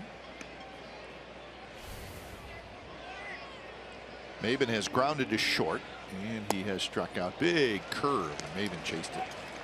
Doesn't look like Maybin likes that breaking ball too much. No, he doesn't. I don't think he does at all.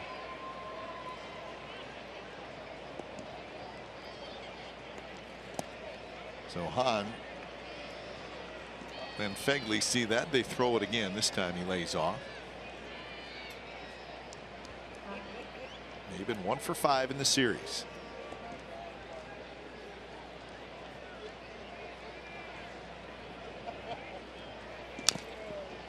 Oh, with a fastball that time.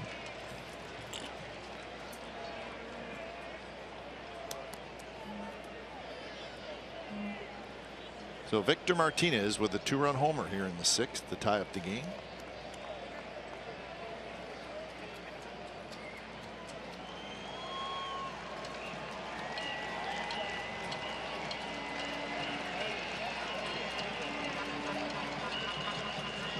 That almost hit Maybin, kind of spun out of the hand of Jesse Hahn.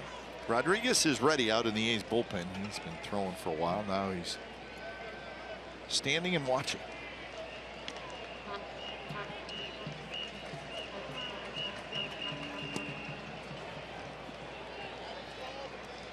So full count to Maben. The other thing that helps Jesse Hahn is that he threw Maben a 3-2 curveball his previous at bat last inning. So 2 in a row that have missed badly. Throws a fastball. Maben's going to be ready for it. But Jesse hoping that if he does get a fastball, it's a sinker and he hits it on the ground. He does hit it on the ground. Simeon's going to have to hurry. The throw. Got him. Wow. Hold on, folks. I have a feeling the Tigers are going to want to check this one. Ramon De Jesus is the first base umpire. Balls and glove is out.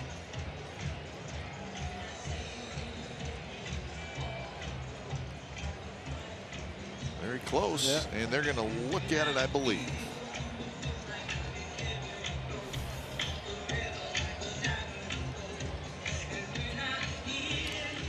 Yeah, they are going to look at it. Yeah, I didn't think it's too close enough to really overturn, put it that way. It's kind of like what's it called on the field, because it was bang bang. Of course, they're looking at the ball entering the glove with the left foot. If the ball is in the glove, it's one of those tough calls. Can't tell there with the ball out in front of the body.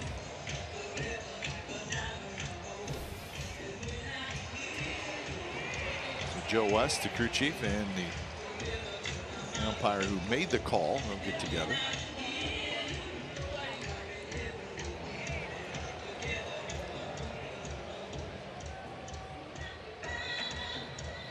That's the one there. The ball is in the glove. Really, it's tough to overturn. It's just a question whether it's all the way in the glove, and that's, I think, what they look at.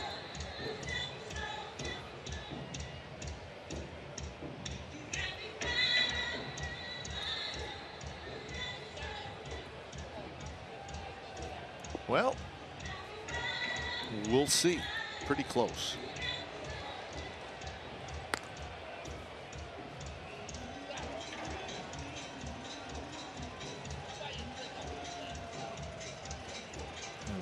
The best look, you just had to decide how far is the ball into his glove. That's close. Well, that's why it's always important in this case to the A's defense. We'll see. Yep. So they stayed with the call. How about that? So that's how the inning ends, but Victor Martinez with a 2-run homer. So we're all tied at 3.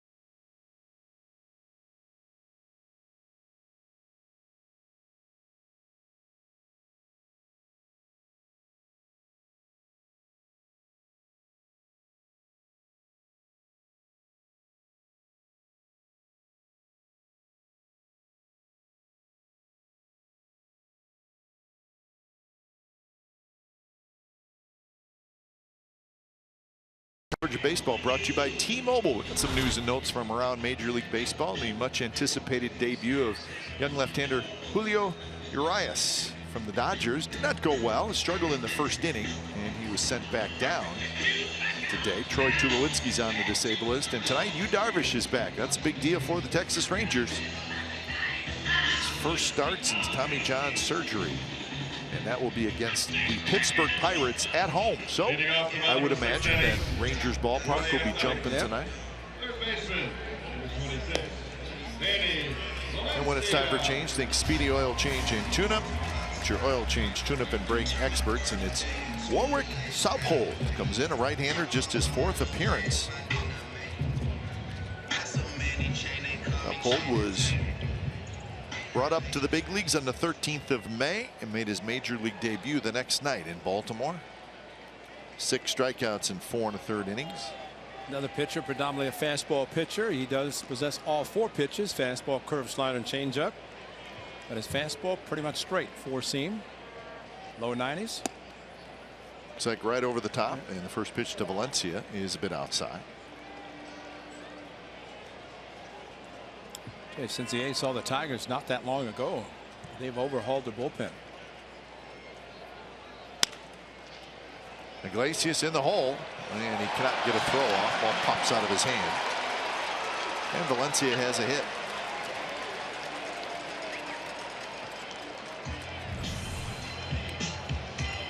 Well, last Sunday, this is an error on Gregorius, but this is a play that was not going to be made by Iglesias. Now batting.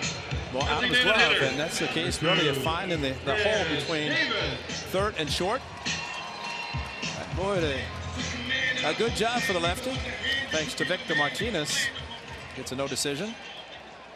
94 pitches, no walks, Cap. Again, no walks. He's got just 1 walk last night. Strike to Chris Davis, who has popped out to second and struck out.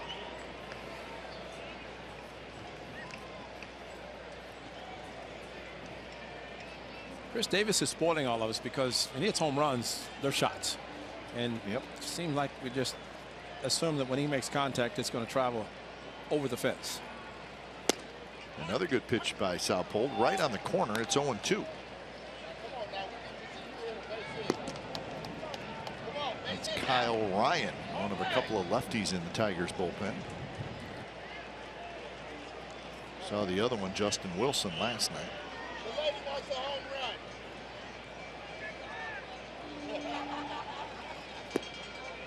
Billy Butler to follow here in the bottom of the 6th inning.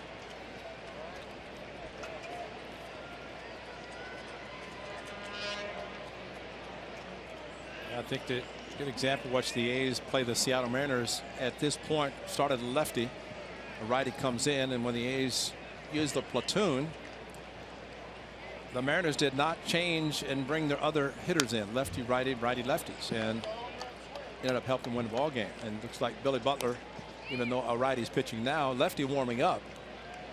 Brad Ausmus might be thinking along those lines that if it pinched to the left-hander. Bullpen was not good last year for the Tigers.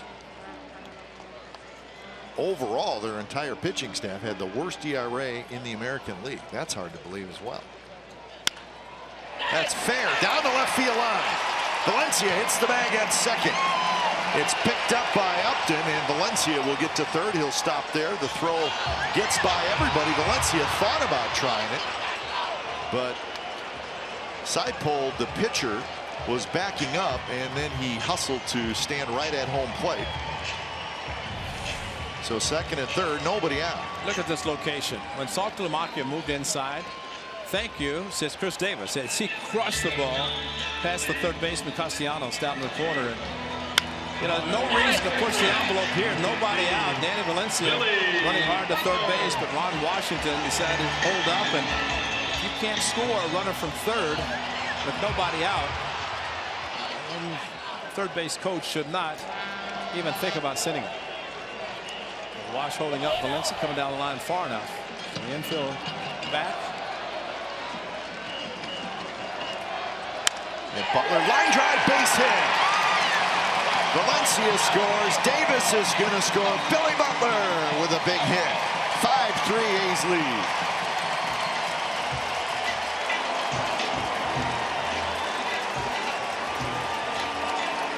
important it is. Now Alonso's going to pinch run for him, but a nice, huge ovation, well-deserved for Billy Butler as he comes off the field, driving in 2 more runs after the solo home run. Inside target, pitch outside. Billy back to his patented right field swing on a pitch away from him. And I tell you what, kudos to Bob Melvin for leaving him in the lineup too, because takes him out for a pinch runner. Alonso, a very good defensive first baseman, but Billy Butler, a huge base hit to drive home 2. Infield was back, no chance to catch it. And the A's retake the lead.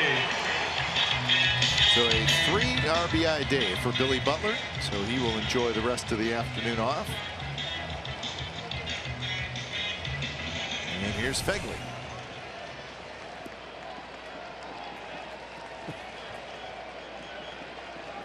Is that a teammate or what? It's great. He may be the ultimate teammate. Might be the MVP of the game. Not even playing.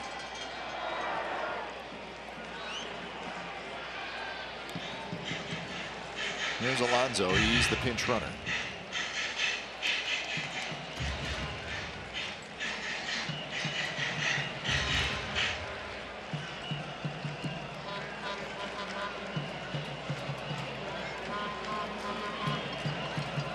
Fegley has singled and he has lined out. There's a strike. So for Warwick Seipold, he's gone single, double, single.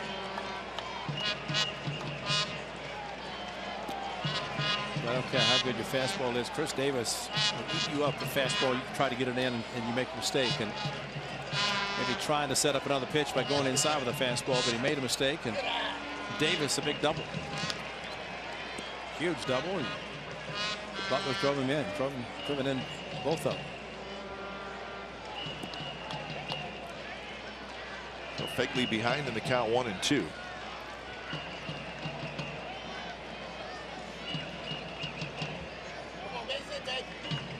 Curve, and that's going to get through it, and that's a base hit. So Fegley stayed with it, rolled it through the left side, and that's 4 straight hits for the A's. Maybe the only out Fegley made was a line drive to the shortstop Iglesias. So he's hit that ball hard 3 times and staying back on the breaking ball, the 5.5 hole. No chance for Castellanos. Iglesias no chance, and A's keep batting on. A's now with 10 hits. Last night they only had 5.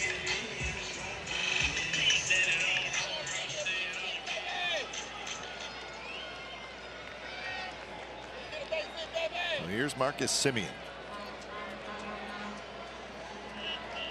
Semien with a single and a foul out. Fouled out to the catcher.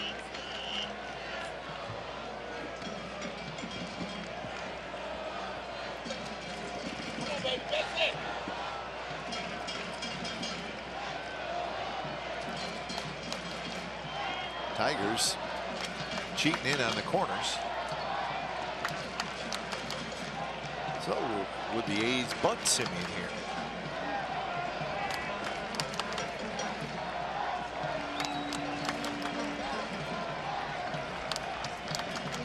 Tigers think so. He's not. Line drive, base hit right field, headed for the corner. Alonso scores. Here comes Fegley rounding third. He will be held up, and another big hit for the A's. Semien with an RBI double.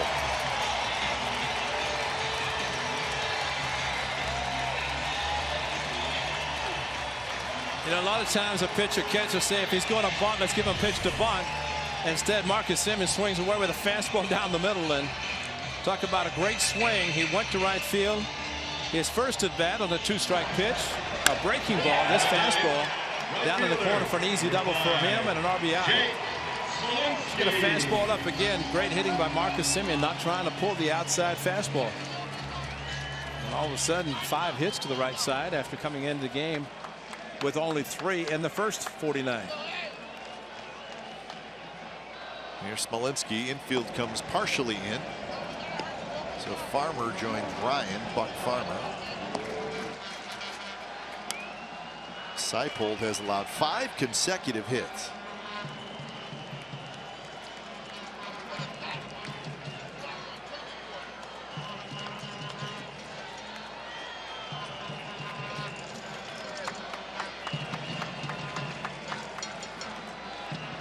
Single, double, single, single, double.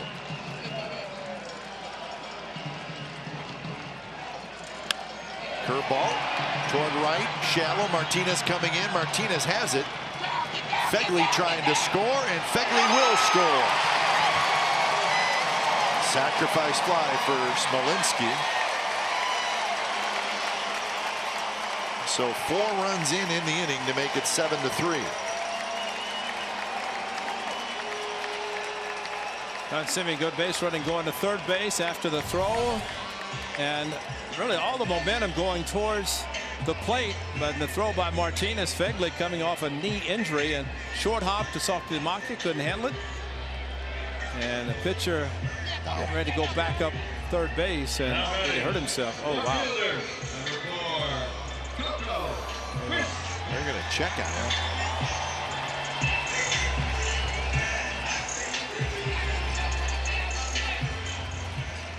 They may be taking him out of the game. Yeah. Either way. Yeah, Ausmus is going to the left-hander. We are going to have a pitching change as Kyle Ryan is going to come in. When it's time for change, think Speedy Oil Change and Auto Service, your oil change, tune-up, and brake experts.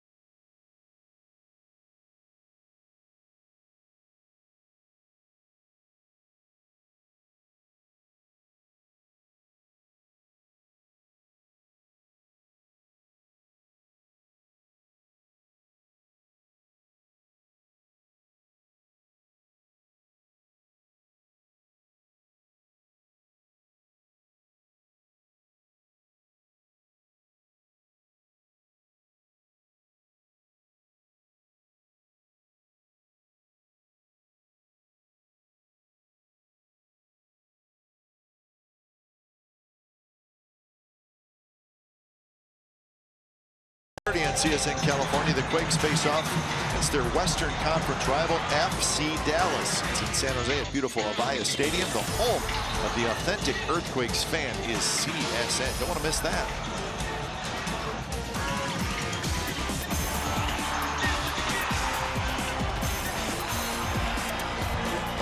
Beautiful new stadium down there.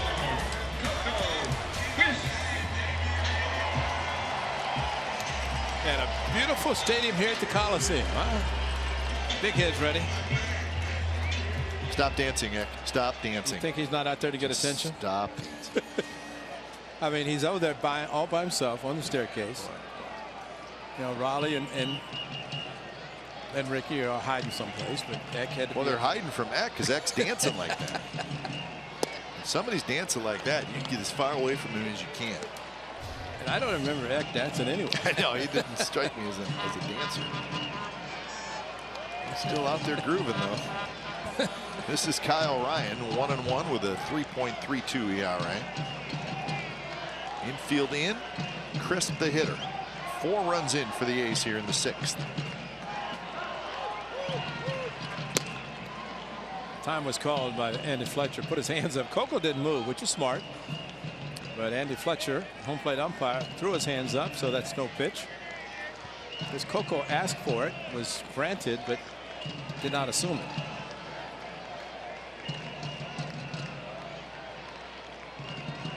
Coco had an RBI single in the 5th.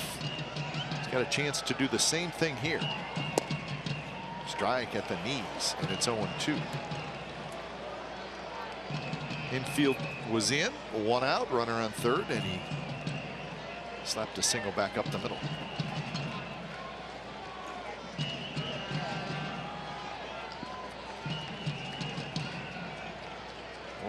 Southhold had one of those outings to forget about. One of those outings that takes about a month to get your ERA back. A month's worth of good pitching. Yeah, and more than anything, the fact that Victor Martinez hit a 2-run home run made it a tie game. A club that was trying to get back, and then very quickly a 4 spot, a crooked number finally for the A's in the 6th inning, and looking for more.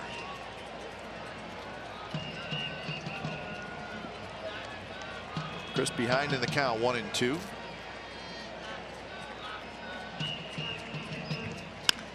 And there's a base hit left field. The hits just keep coming for the A's. Simeon trots in to score. And it is now a 5-run inning. 8-3 Athletics.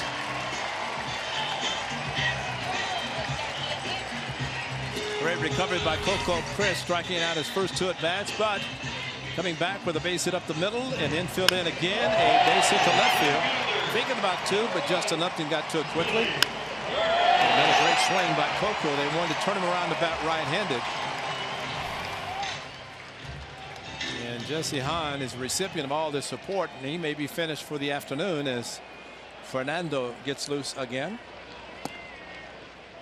And now Billy Burns steps in.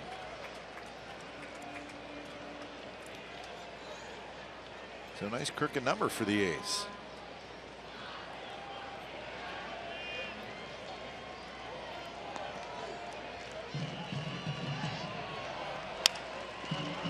Iglesias charges out at second to throw to first, and that's a double play. A well turned by the Tigers, but the A's bust out. And Billy Butler got it going with a 2-run single. The A's score 5 times in the inning. So 7th inning coming up. It's now 8-3. A's lead.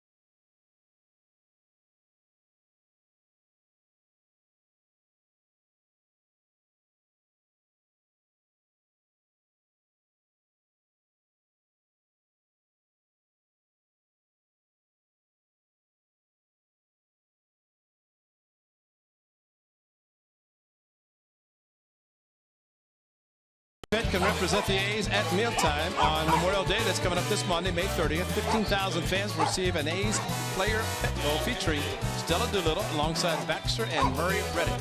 Metal Pet Bowl will have the rest of the neighborhood back howling with envy. Get your tickets today at athletics.com/tickets or by calling 877-493-BALL. And talk to Josh Reddick about Baxter and Murray. He said, yeah, they're here. They got the metal pet bowls.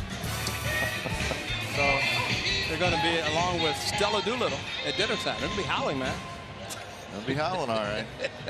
When it's time for change, think Speedy Oil Change and Auto Service. Your oil change, tune-up, and brake experts. Fernando Rodriguez takes over here in the 7th. Number 39, Jared. So he'll face Saltalamacchia, Iglesias, and Kinsler. And Yonder Alonso is the new first baseman.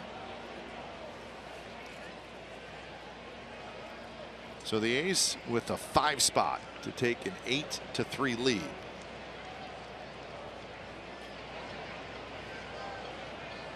First pitch to Saltalamacchia is a little up and a little away.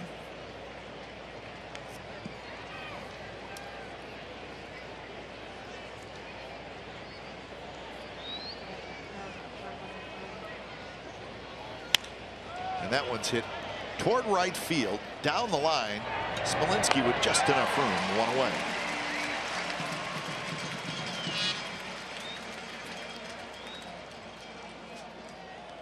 So good start for Fernando Rodriguez. So we told you about that Toronto-Boston game, which was wild, right? Back and forth. We were figuring that would be the craziest game of the day, but it wasn't. Alex Wilson throwing now, the right-hander for the Tigers. I'm waiting. But in Kansas City today, going to the bottom of the 9th inning, the White Sox had a 7-1 lead, right? Everything's good. It's good. The Kansas City Royals scored 7 runs in the bottom of the 9th and won 8-7. 7-1 going to the bottom of the 9th. How does that happen? Yeah, against a full White Sox bullpen. I'm afraid it doesn't look like any of them did well. So the Royals, a huge come from behind win, get their 26th win. Now the Indians are leading the Orioles again. It's 8-3 in the 7th inning. If the Indians win, the Indians will be in first place in that what's becoming the very tight AL Central. Valencia under the glove, and Iglesias has a hit. Iglesias with a big turn. He's going to try for second. Crisp, his throw is offline. Iglesias with a 1-out double. Jesse Hahn with a chance for a victory. 6 innings, 5 hits, 3 runs. 95 pitches. Number 3, Ian 4 walks against the Kinsler. Orioles in the night portion of the day, night doubleheader, but did not get the run support that he got today, especially leaving the game, tied 3-3. So good afternoon for Jesse. And you know, that last ground ball out he had, that's the 10 ground ball outs, so that's 5 consecutive games with double figures in grounders. So the one that was challenged by the Tigers and upheld. So here's Kinsler. A breaking ball from Rodriguez. Or maybe a cut fastball at 89 miles an hour, but it acts like a slider. Turned out to be one of the better pitches for Fernando, as he's talked about coming back from the surgery. 3 years removed, his velocity and his fastball's up. But the cutter has been a great pitch for him.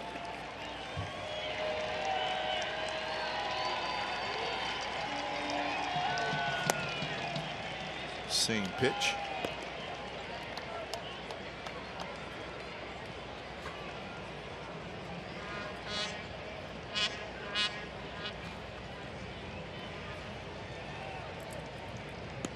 Rodriguez pitched an inning last night.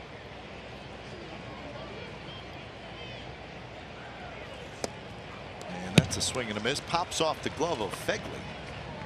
So Iglesias will go to third with 1 out.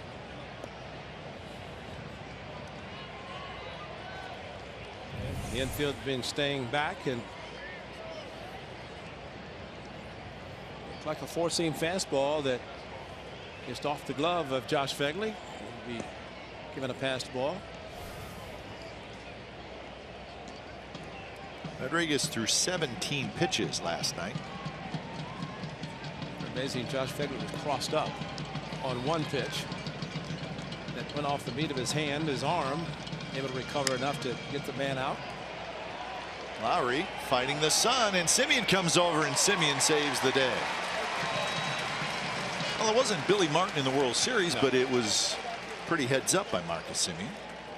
As you could tell, Lowry was really struggling with that pop-up. Well, it's a better angle for Marcus Semien, and Semien could see that and immediately took over, sprinted in, and he had a much better angle to be able to catch the ball.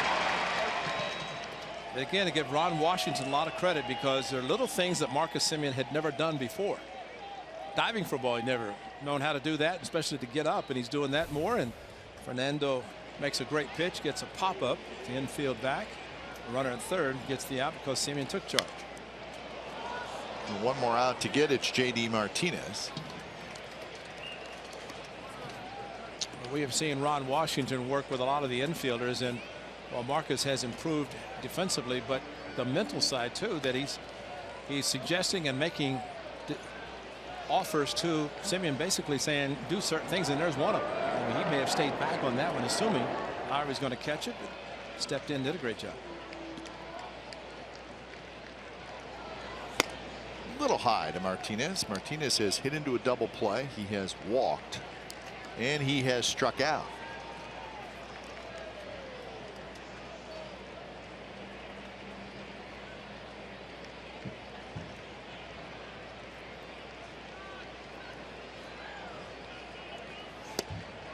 Fegley set up inside. The ball just ran across the plate, and it's a swinging strike. And he's lucky he caught that one, because that would have been one that he would have missed. And especially with it taken off, it probably was a four seam that just ran naturally.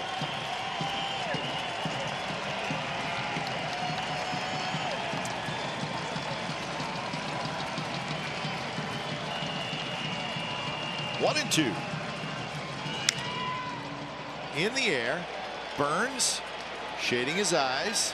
Burns hangs in there, and he makes the catch, and the Tigers do not score. 7th inning stretch coming up from the Coliseum. 8-3 A's lead.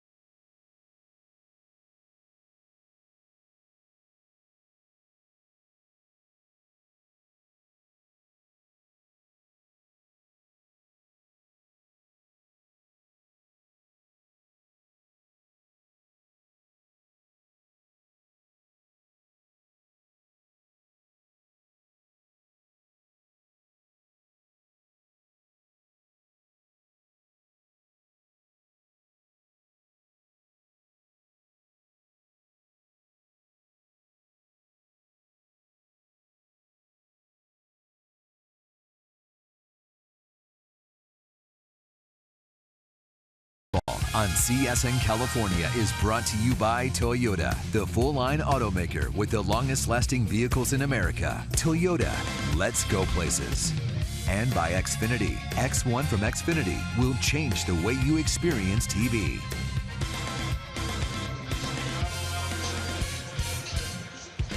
So on a beautiful day here at the Coliseum, the A's are leading the Tigers 8-3 in the bottom of the 7th inning. Trying to even up the series at a game apiece with a game tomorrow. Rich Hill and Mike Pelfrey is the scheduled pitching matchup for tomorrow. And when it's time for change, think Speedy Oil Change and Auto Service, your oil change, tune-up, and brake experts. As the right-hander Alex Wilson comes in, he is the 4th pitcher for the Tigers. The first pitch is low to Lowry. So Kyle Ryan in 2/3 of an inning. Gave up the RBI hit to Chris, but then got the double play to end the 6th.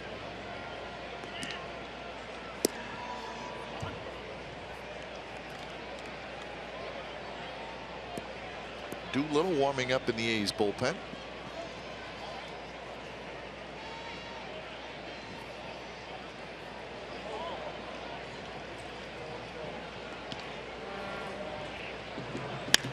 Lowry's got his first hit. Shoots it right back up the middle. So he is 1 for 4, and that's hit number 13 for the A's.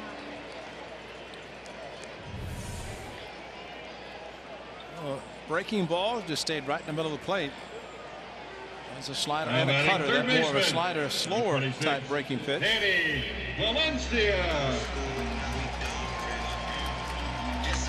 So the leadoff man aboard, here's Valencia.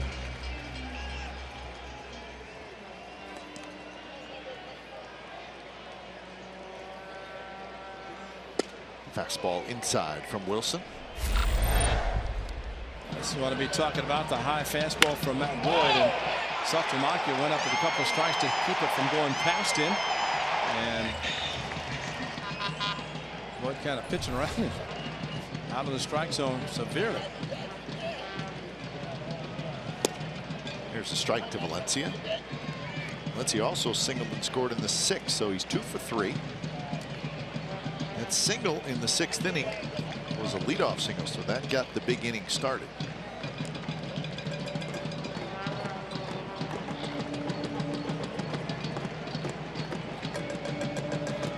In the dirt. See where the Major League Baseball draft is coming up, right? Yep. June 9th, which is, let's see, that would be a week from Thursday.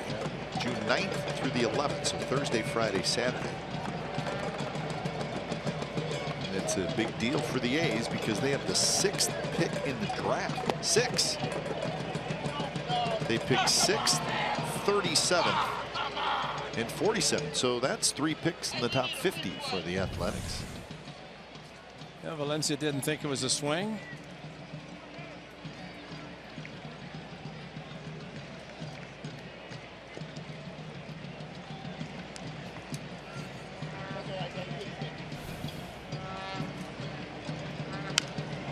It's a little pop-up. Saltalamacchia fires the mask, but he's going to run out. Andy Fletcher had to get out of the way of the mask.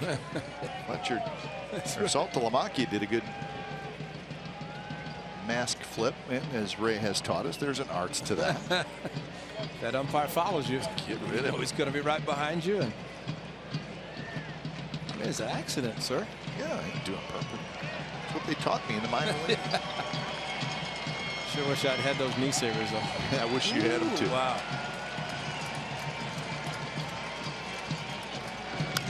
Valencia straight back. Ball was right below us, and then it bounced down to the lower level. There's the. Yeah. They don't look like a big deal, but everybody says they are. It's just like you're sitting on a rocking chair, and it just takes all the pressure off your knees, and that's why they're called knee savers. Got to sit down and on the back. Phil's too young. He doesn't need those things. Phil Paul. No, he does not need them. There's another hit, a line shot to left field, and the A's are just throwing out line drives all over the place now. Say, Danny now can talk to the first base umpire and say, you know, you called a strike on me. That wasn't a strike. What'd you think of that one? Yeah. I'd rather get the base hit, which he does with a couple of strikes. Number 2, Chris Davis. Hit hard, and so another base hit. 2 runners on base, and the A's double figures again in hits.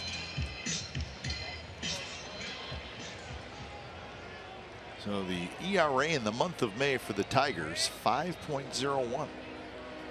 They had good pitching last night, but different story today.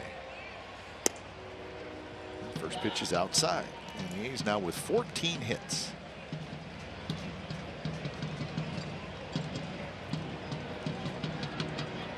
Six in the 6th inning and 2 more here in the 7th.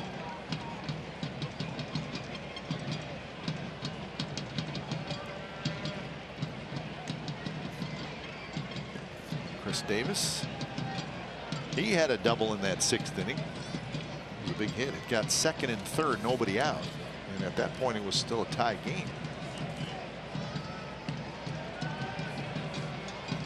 That one is driven left field, and that baby's gone. Davis has homered, number 14 on the year. Just a matter of time.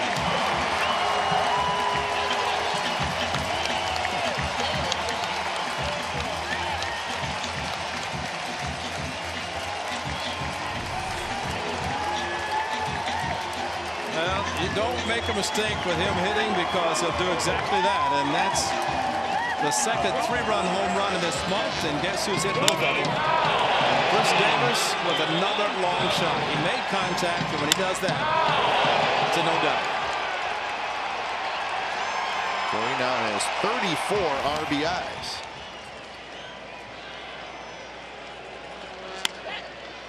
As Alonso goes after the first pitch, bounces it towards short. That's the first out of the inning.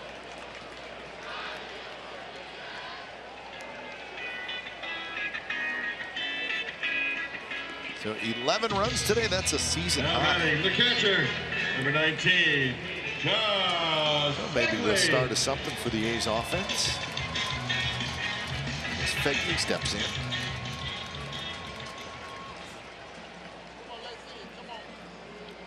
Buck Farmer was warming up earlier. Fegley, right field. That's got a chance to get down, and it will. Fegley's going to hustle for second, and Fegley will make it with a double. Fegley is 3 for 4.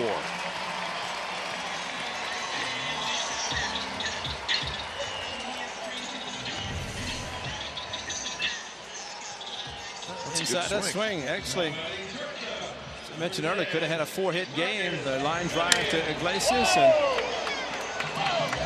this may be a visit by the pitching coach to say, guess what, young man, you're going to have to. That's the tag. Iglesias saying foot was off the bag. Joe said no.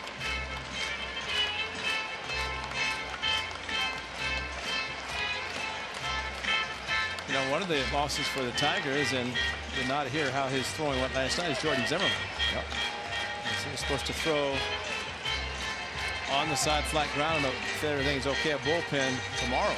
And he's not on the disabled list. Right. They were waiting to this weekend to see whether or not he was going to be okay. Doolittle and Zibzinski, a couple of lefties, so they're trying to figure out. One of them, I think the A's maybe want one of them to sit down.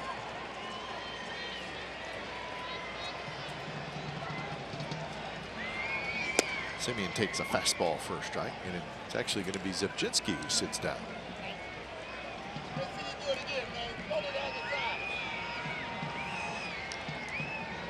And the A's have 12 hits in the last 3 innings. That one tapped slowly toward Kinsler. Kinsler charges, quick throw to first, and they just get Simeon. So 2 outs with Fegley going to third. But even with this score, look at what Marcus Simeon hit the ball to the right side to advance the runner. Now And batting right fielder, number 5, Jake. it's pretty good. Smolinski. A couple of outs. Simeon, I missed a batter, but that was Alonso I missed. There are 2 outs, so it really doesn't make that much of a difference. But that's a fair ball and another run for the A's. Smolinski is going to have extra bases. Fegley scores, and Smolinski has a double, a triple, a sac fly, a couple of RBIs, and it's now 12-3.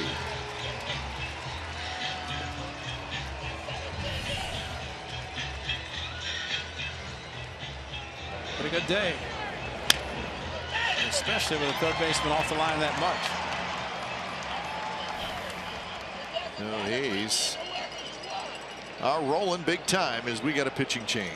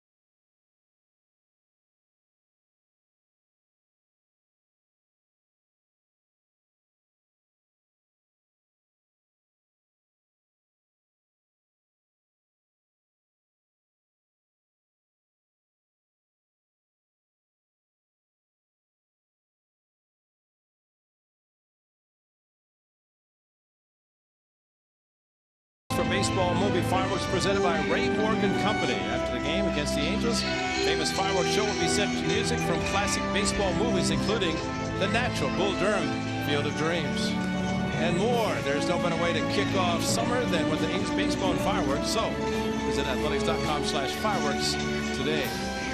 Field of Dreams. Baseball. You ever seen that movie? No, I haven't. Tell me about it. Have you seen it? No, I haven't. I think it's one I want to watch.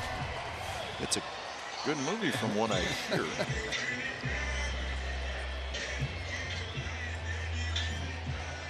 Yes, of course we've seen it. Come on. I'm more of a Sandlot guy. Well, you know there's cornfields. You know. You wouldn't plow yours under, though, would you? No, that was not going to happen. I don't think your dad is either. By the way, they're going to have a fireworks show, and it's not going to be your birthday. I can't believe they're doing that. It's disappointing. A's offense not disappointing. 12 runs and 17 hits. It's only the 7th inning. Coco hits one in the air. Martinez over. Martinez has it, side retired. The A's score 4 times, 3 coming on. Another home run for Chris Davis. He's got 14 home runs on the year. It's 12-3 A's lead.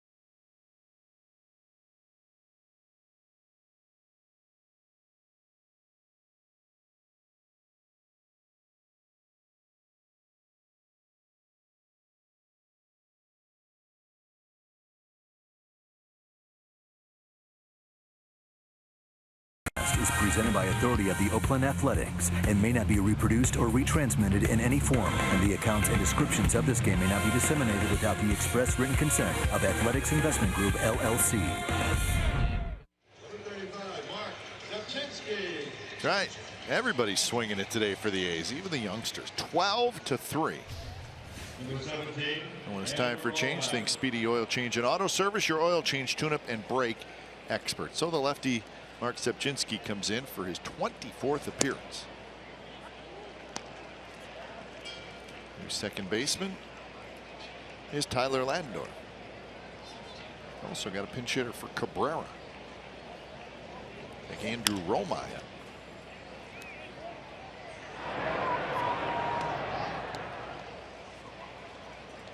It was a foul ball, was it not?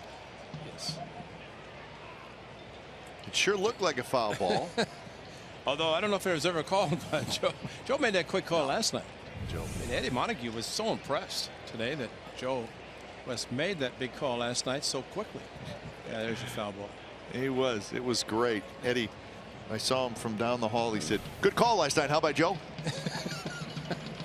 Eddie, will you say hi to me first? And we love Ed. I mean, come on. But he said it, and he explained the call even a little bit more, which was interesting. But it was a good job of umpiring by the veteran Joe West. I thought the one thing Eddie said, I know he'd said it to me before regarding a catcher with a hitter falling over the plate. Yeah. And I always thought it was contact. But he said, no, if the hitter interferes and obstructs the view and or the catcher has to adjust his throw because of that without making contact, it's still interference on the catcher. Yeah. And that's what I thought was interesting about that last night. That for that play to be called, the ball did not have to hit Victor Martinez. Victor Martinez just could be blocking the view of Vogt. And he was. Now, it did hit him, but I think Joe West, I think he was going to call it either way. Yeah, because it was unintentional. Victor was upset that he had popped up to Alonso at first base in foul territory and didn't drive in the run. So Joe West quickly made the play. But I agree with you. I think the interference unintentional. Yeah. But his head was down, but he was in direct line with the ball coming from Alonso. So, hey, we learn something every day. But you wonder Joe West has umpired a long time. You wonder if he's ever had a play like that before. Eddie Montague said he'd never seen it. Yeah, and Eddie with 25, 30 years. I mean, I've never seen it, but Eddie's quickly saying as an umpire, he never saw it. He never seen it as a supervisor. I guess the only question about the call was the fact that Kinsler was actually retreating back to third base, but I guess that is not part of the equation. There it is again. And we're showing it a lot because you've never seen it before, and you may not ever see it again. Now watch, see, he goes back. But the throw was made when I think Lonzo thought it was going to come, then started back. But it's been interesting, and I think as we discussed it, if with the throw coming in, if Kinsler had stayed on third, and what would the call have been? Yeah, whether or not Alonso would have thrown, but the fact that he saw him coming down, he's going to throw. And usually guys throw anyway, but I don't think they ever want to make a throw unless there's something meaningful about it in case of a ball getting away. This is McCann, who's hitting for Victor Martinez.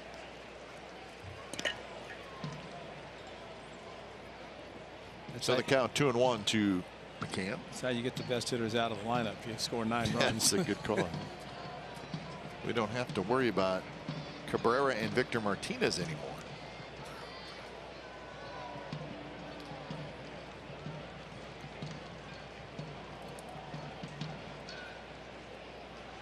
The 2-1 pitch. Right center. Smolinski hustling in. He'll get there. So 2 outs for Sepczynski here in the 8th.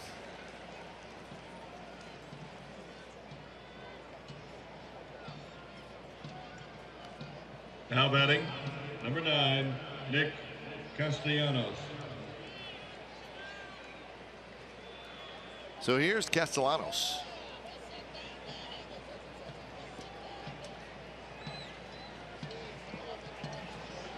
Castellanos has struck out twice, and he has grounded to short. And a good pitch by Sepczynski, a fastball on the inside corner. The Indians leading the Orioles 10-4 now in the 8th inning. Indians with a chance to creep into first place.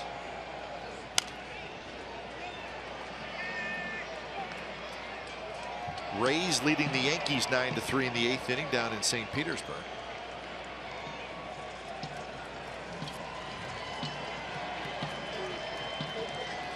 Blue Jays won a wild one today. I told you about that. That was their 4th consecutive win. The Royals won a wild one, sending the White Sox to their 5th consecutive loss. Swing and a miss. He struck him out, and Sepczynski has a very nice stop of the 8th inning. Picks up a couple of strikeouts. So bottom of the 8th coming up. 12-3 A's lead.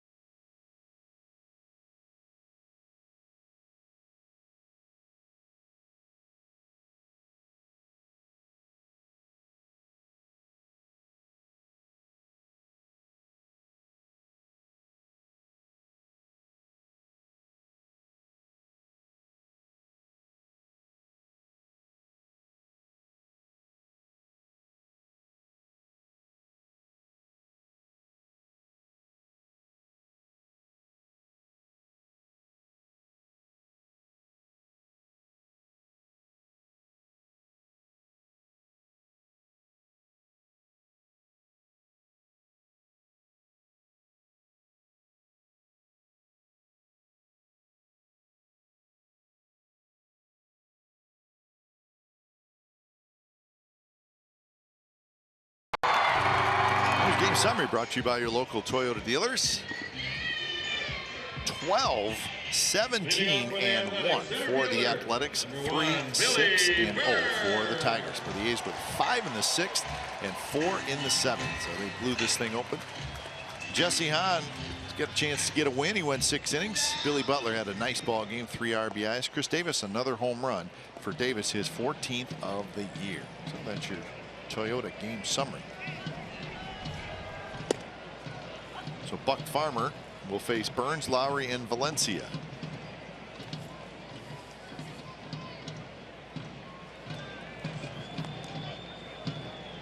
So a season high runs and a season high in hits for the A's, 12 and 17. Andrew Romine stays in the game at first, and Mike Aviles takes over at second. So the regular players, a couple of them anyways for the Tigers, getting the rest of the day off. Tigers will stay on the West Coast after this series. They will go to Anaheim for Monday, Tuesday, and Wednesday.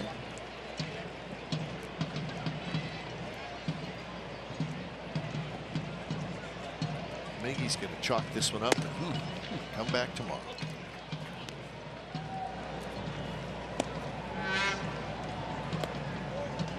Zach Neal, he may get an inning.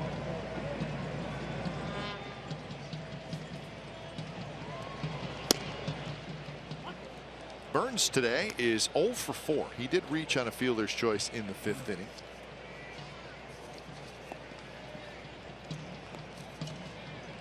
He was 0 for 3 last night. So looking for his first hit in this series. Crowds it toward Iglesias, who knows he does not have a whole lot of time. So he's a quick release. Here's today's Honda player of the game, Billy Butler. Big home run on a fastball. His first of the season, left center, and no doubter. And then the biggest hit, a couple of runners on base. The Tigers had tied the game. Billy Butler with a base hit to right field. And that would play 2 runs, giving them a 5-3 lead. They've since added on. And the cheerleader, Stephen Vogt, might be exerting more energy today than he ever does behind the plate. Yeah. But big day for Billy Butler, driving in 3 of the first 5. Ladendorf drives one towards center. Maben back, then comes in a couple steps. So Ladendorf on the first pitch. And that's the second out. Now batting third baseman, 26. And there's Valencia. He's had a big game. Valencia is 3 for 4. A home run, 2 singles, and he has scored 3 times. So he came in hitting .296. Now he's got the batting average up to .311.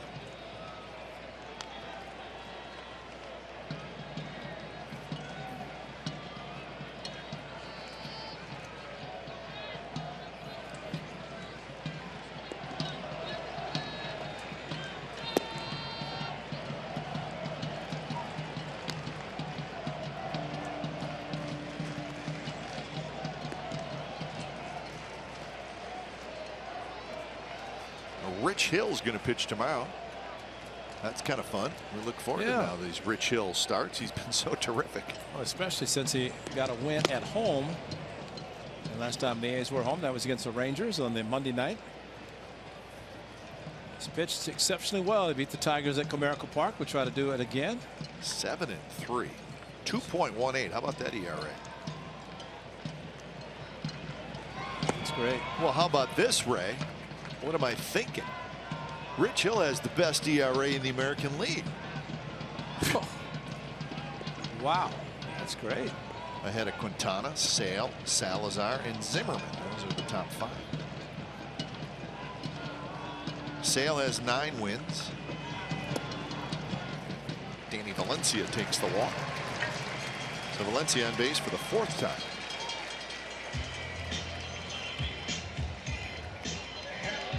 How about this? That's the first walk of the day. First walk of the day. Now batting designated hitter, number 2, Chris Davis. Now here's Chris Davis. Davis is 2 for 4. Homer double. His home run was a 3-run shot. As we were talking about earlier, actually before the game. Quality at bats. They've had quality at bats today. Yep. And you can tell. Yeah. So Davis is retired. We're going to the 9th inning. A's 3 outs away from a win. They lead 12-3.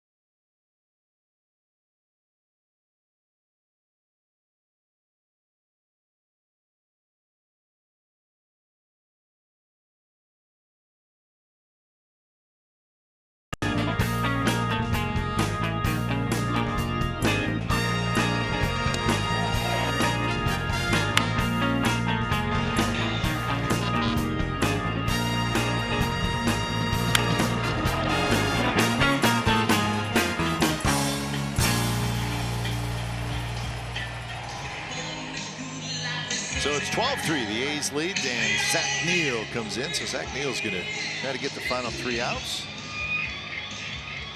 He's the 4th pitcher of the afternoon for the Athletics. And he'll face Upton, and then Maben, and then Saltalamacchia. Chris Coughlin is now in left field. So Coco's out.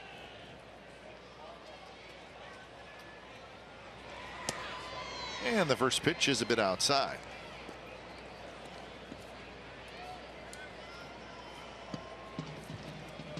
And the A's had a couple of solo home runs through the first 4 innings. And they had struck out 7 times.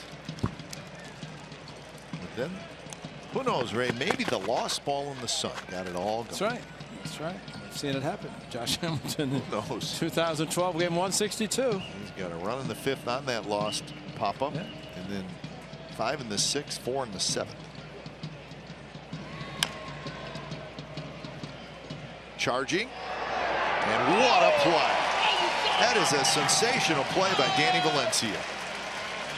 Well, took the bad hop. Looked like, hey, if he'd missed it, it might have gone foul, but grabbed it with the bare hand, a strong throw, and Justin Upton robbed of a base hit. Watch the bounce there and in the foul territory. Probably would have gone foul if it had pulled his hand back right there, but instead he said, I'll take it. It's been my day. And a strong throw to first base, and they always sure had Alonso able to handle it, but a great play by Valencia. That's about as much as you can throw across your body. Have an inning, Danny Valencia. That's a nice play. The short hop on the backhand, on the move. But 2 very difficult plays made very nicely by Danny Valencia, and strong throw with a fast runner. And Maben out of the box quickly. Boy, you catch it like that, and then you have to hurry the throw, and he did it perfectly. What a day for Danny Valencia. Hit a home run on a pitch eye high. Hit the sweets in center field and showing off defensively. Well, here's Saltalamacchia, and the first pitch is a breaking ball that drops low.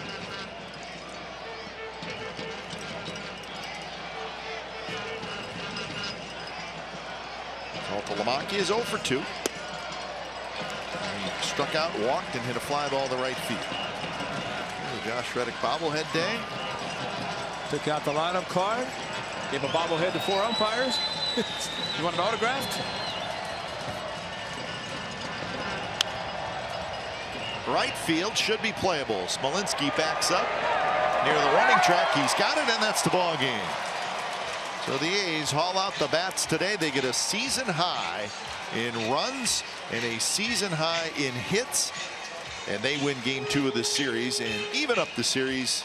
Rubber game tomorrow with Rich Hill taking them out. So Jesse Hahn gets his 2nd win. And it's a good day all around for the Athletics. Time of game was 2 hours and 57 minutes. Attendance 24,154. Final score 12-3 A's over the Tigers. You've been watching A's baseball on CSN California. It's part of the NBC Sports Group. Don't go away. A's Postgame Live starts right now.